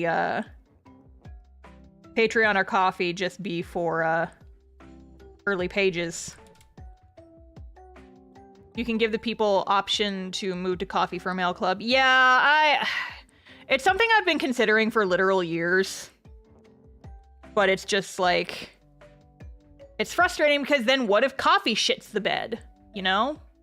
And I feel like not as many people know Coffee, and so they're suspicious of it more. I don't know. What I also don't like about Coffee is it's harder to cancel your subscription on there. And so that's something that I'm not a huge fan of. But yeah, it's bleh. It's bleh. I am filled with rage. If I shift the mail club to anything, I would probably move it so that mail club is whoa, that's the wrong layer that I'm adjusting colors for. I would probably just like move the mail club over to my store. Like, get a subscription app and do that. But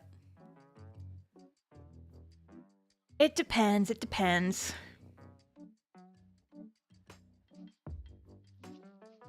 I used to be a member and then it just disappeared and I don't know how. Yeah, it's weird. Like, platforms are weird. Out of curiosity, do you ever stream earlier than this? This is just kind of like primo stream time for me in my time zone, unfortunately, so... I've tried streaming earlier in the day before, and then my internet crapped out for unrelated reasons, and so that sucked, but, you know.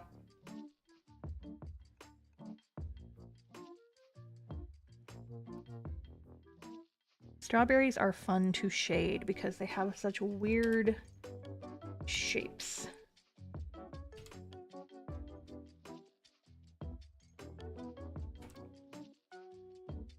Will the plushie come out the next vid? The plushie will come out when the plushie comes out.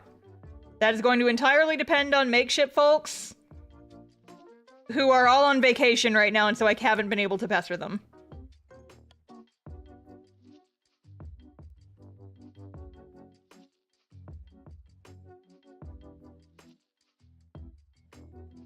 I don't even know what my next video is going to be on.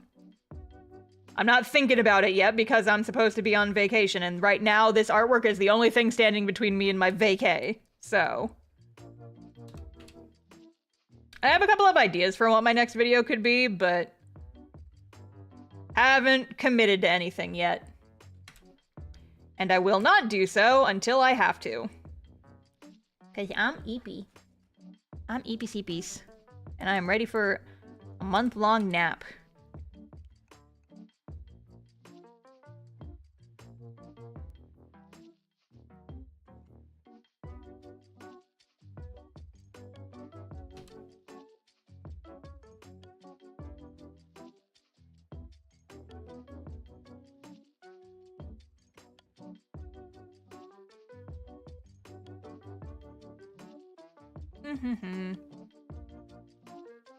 Star is going into hibernation. Don't bother her. Exactly. Do not bother me. I must sleep for a millennia. Honk shoe. Honk shoe.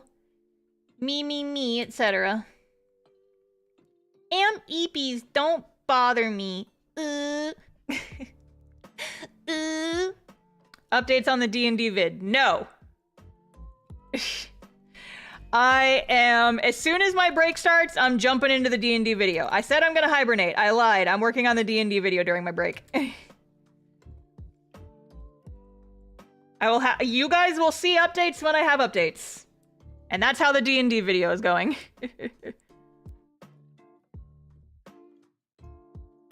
Oh, doing highlights on the fun swirly hair. It's like a reward.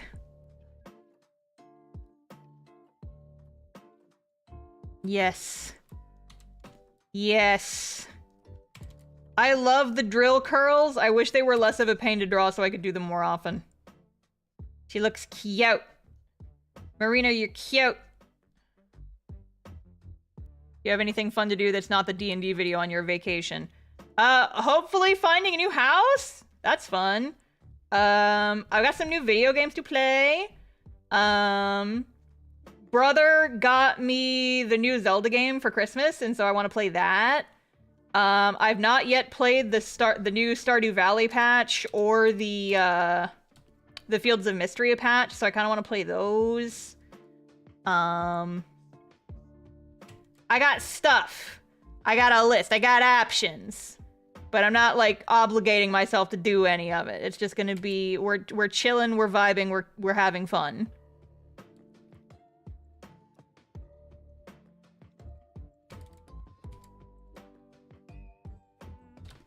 Why a new house? Because I don't like my neighborhood. I want to live closer to where the people are. I should be at the club.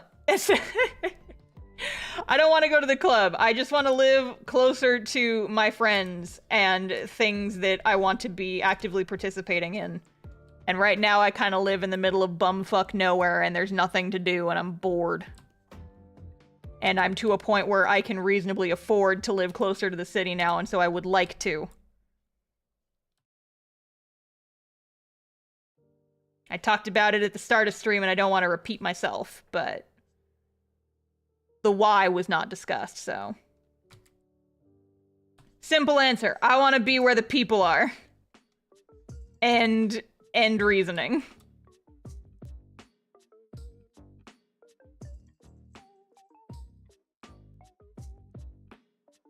Because, like, there's a lot of really cool stuff to do in Austin. And I feel like I'm just so disconnected from it because I'm so far away. Like, I've got a lot of comics friends who live in Austin who I feel like I can't see except for during, like, events because it's so far away. I have, like, old friends that I grew up with who I never get to see anymore because my house is, like, an hour away. I'm just like, I'm tired of this shit, Grandpa! I'm tired of this shit! I wanna be where the people are, goddammit! I want to be able to go to the craft store and have it not be a 45-minute expedition. And by 45 minutes, I mean 45 minutes in each direction. I go to the shitty craft store and it's like 20 minutes away to go to the shitty craft store. I want to go to the good craft store, the one that's not Hobby Lobby, and it's like 45 minutes in one direction. I want to be closer to shit. Damn it. You know? It's like, I'm introverted, but I'm not antisocial, you know? It's like, I still like hanging out with people. I like going to, like, lunch or whatever with my friends when I can. And I feel like living so far away just makes it really hard. And I get jealous of all my friends who live closer to the city and they, like, are constantly posting pics on their Instagram story that they're hanging out with each other. And I don't get that because everybody's far away. And I'm like, damn it! I want a new house that's closer to shit! I can afford it! Let me out! Let me out! I'm rattling on the bars of my neighborhood. Let me out! So that's why. That's why I'm gonna try and move. Anyway. I think I'm done for the night. I'm eepy and hungry. I'm eepy and hungry and this is 90% done. Thanks for joining me, chat! Like I said, I might stream tomorrow. I might stream on Friday. I'm gonna wait and see what my schedule is like for the next couple of days, before I commit to anything. But, we shall see. If this does end up being my last stream before I disappear for the month of January, I hope you guys have a good start to your year. And I will keep you guys posted on social media and such. If you have not already subscribed to my second channel where I've been posting stream clips, that is linked in the pinned comment at the top of the chat. But just for funsies, can I post it again? Everybody go subscribe to TheStarfishface, etc. I'm trying to hit 5K over there. That's the next sub goal for yours truly. 5K on the second channel. I would love to get there. Because I'm gonna be posting, okay, so listen, I am on hiatus for January, that is true. But I will still be posting regularly. I'm gonna be posting clips like 3 times a week on the second channel. And I'm gonna be posting shorts 3 times a week on this channel, just because it's stuff that I finished a long time ago, and I'm just working through my backlog of shorts essentially. So there will be things to keep you guys entertained, but there will be more things if you subscribe to the clip channel. It's linked in the pinned comment and also in my little message in chat. But yes. I'm eepy and hungry, so I'm gonna go make dinner. Thank you guys for joining me. I hope you enjoy stream. Look at Marina, she's so cute. But yes, I will see you guys next time. Fare thee well, friends. Goodbye!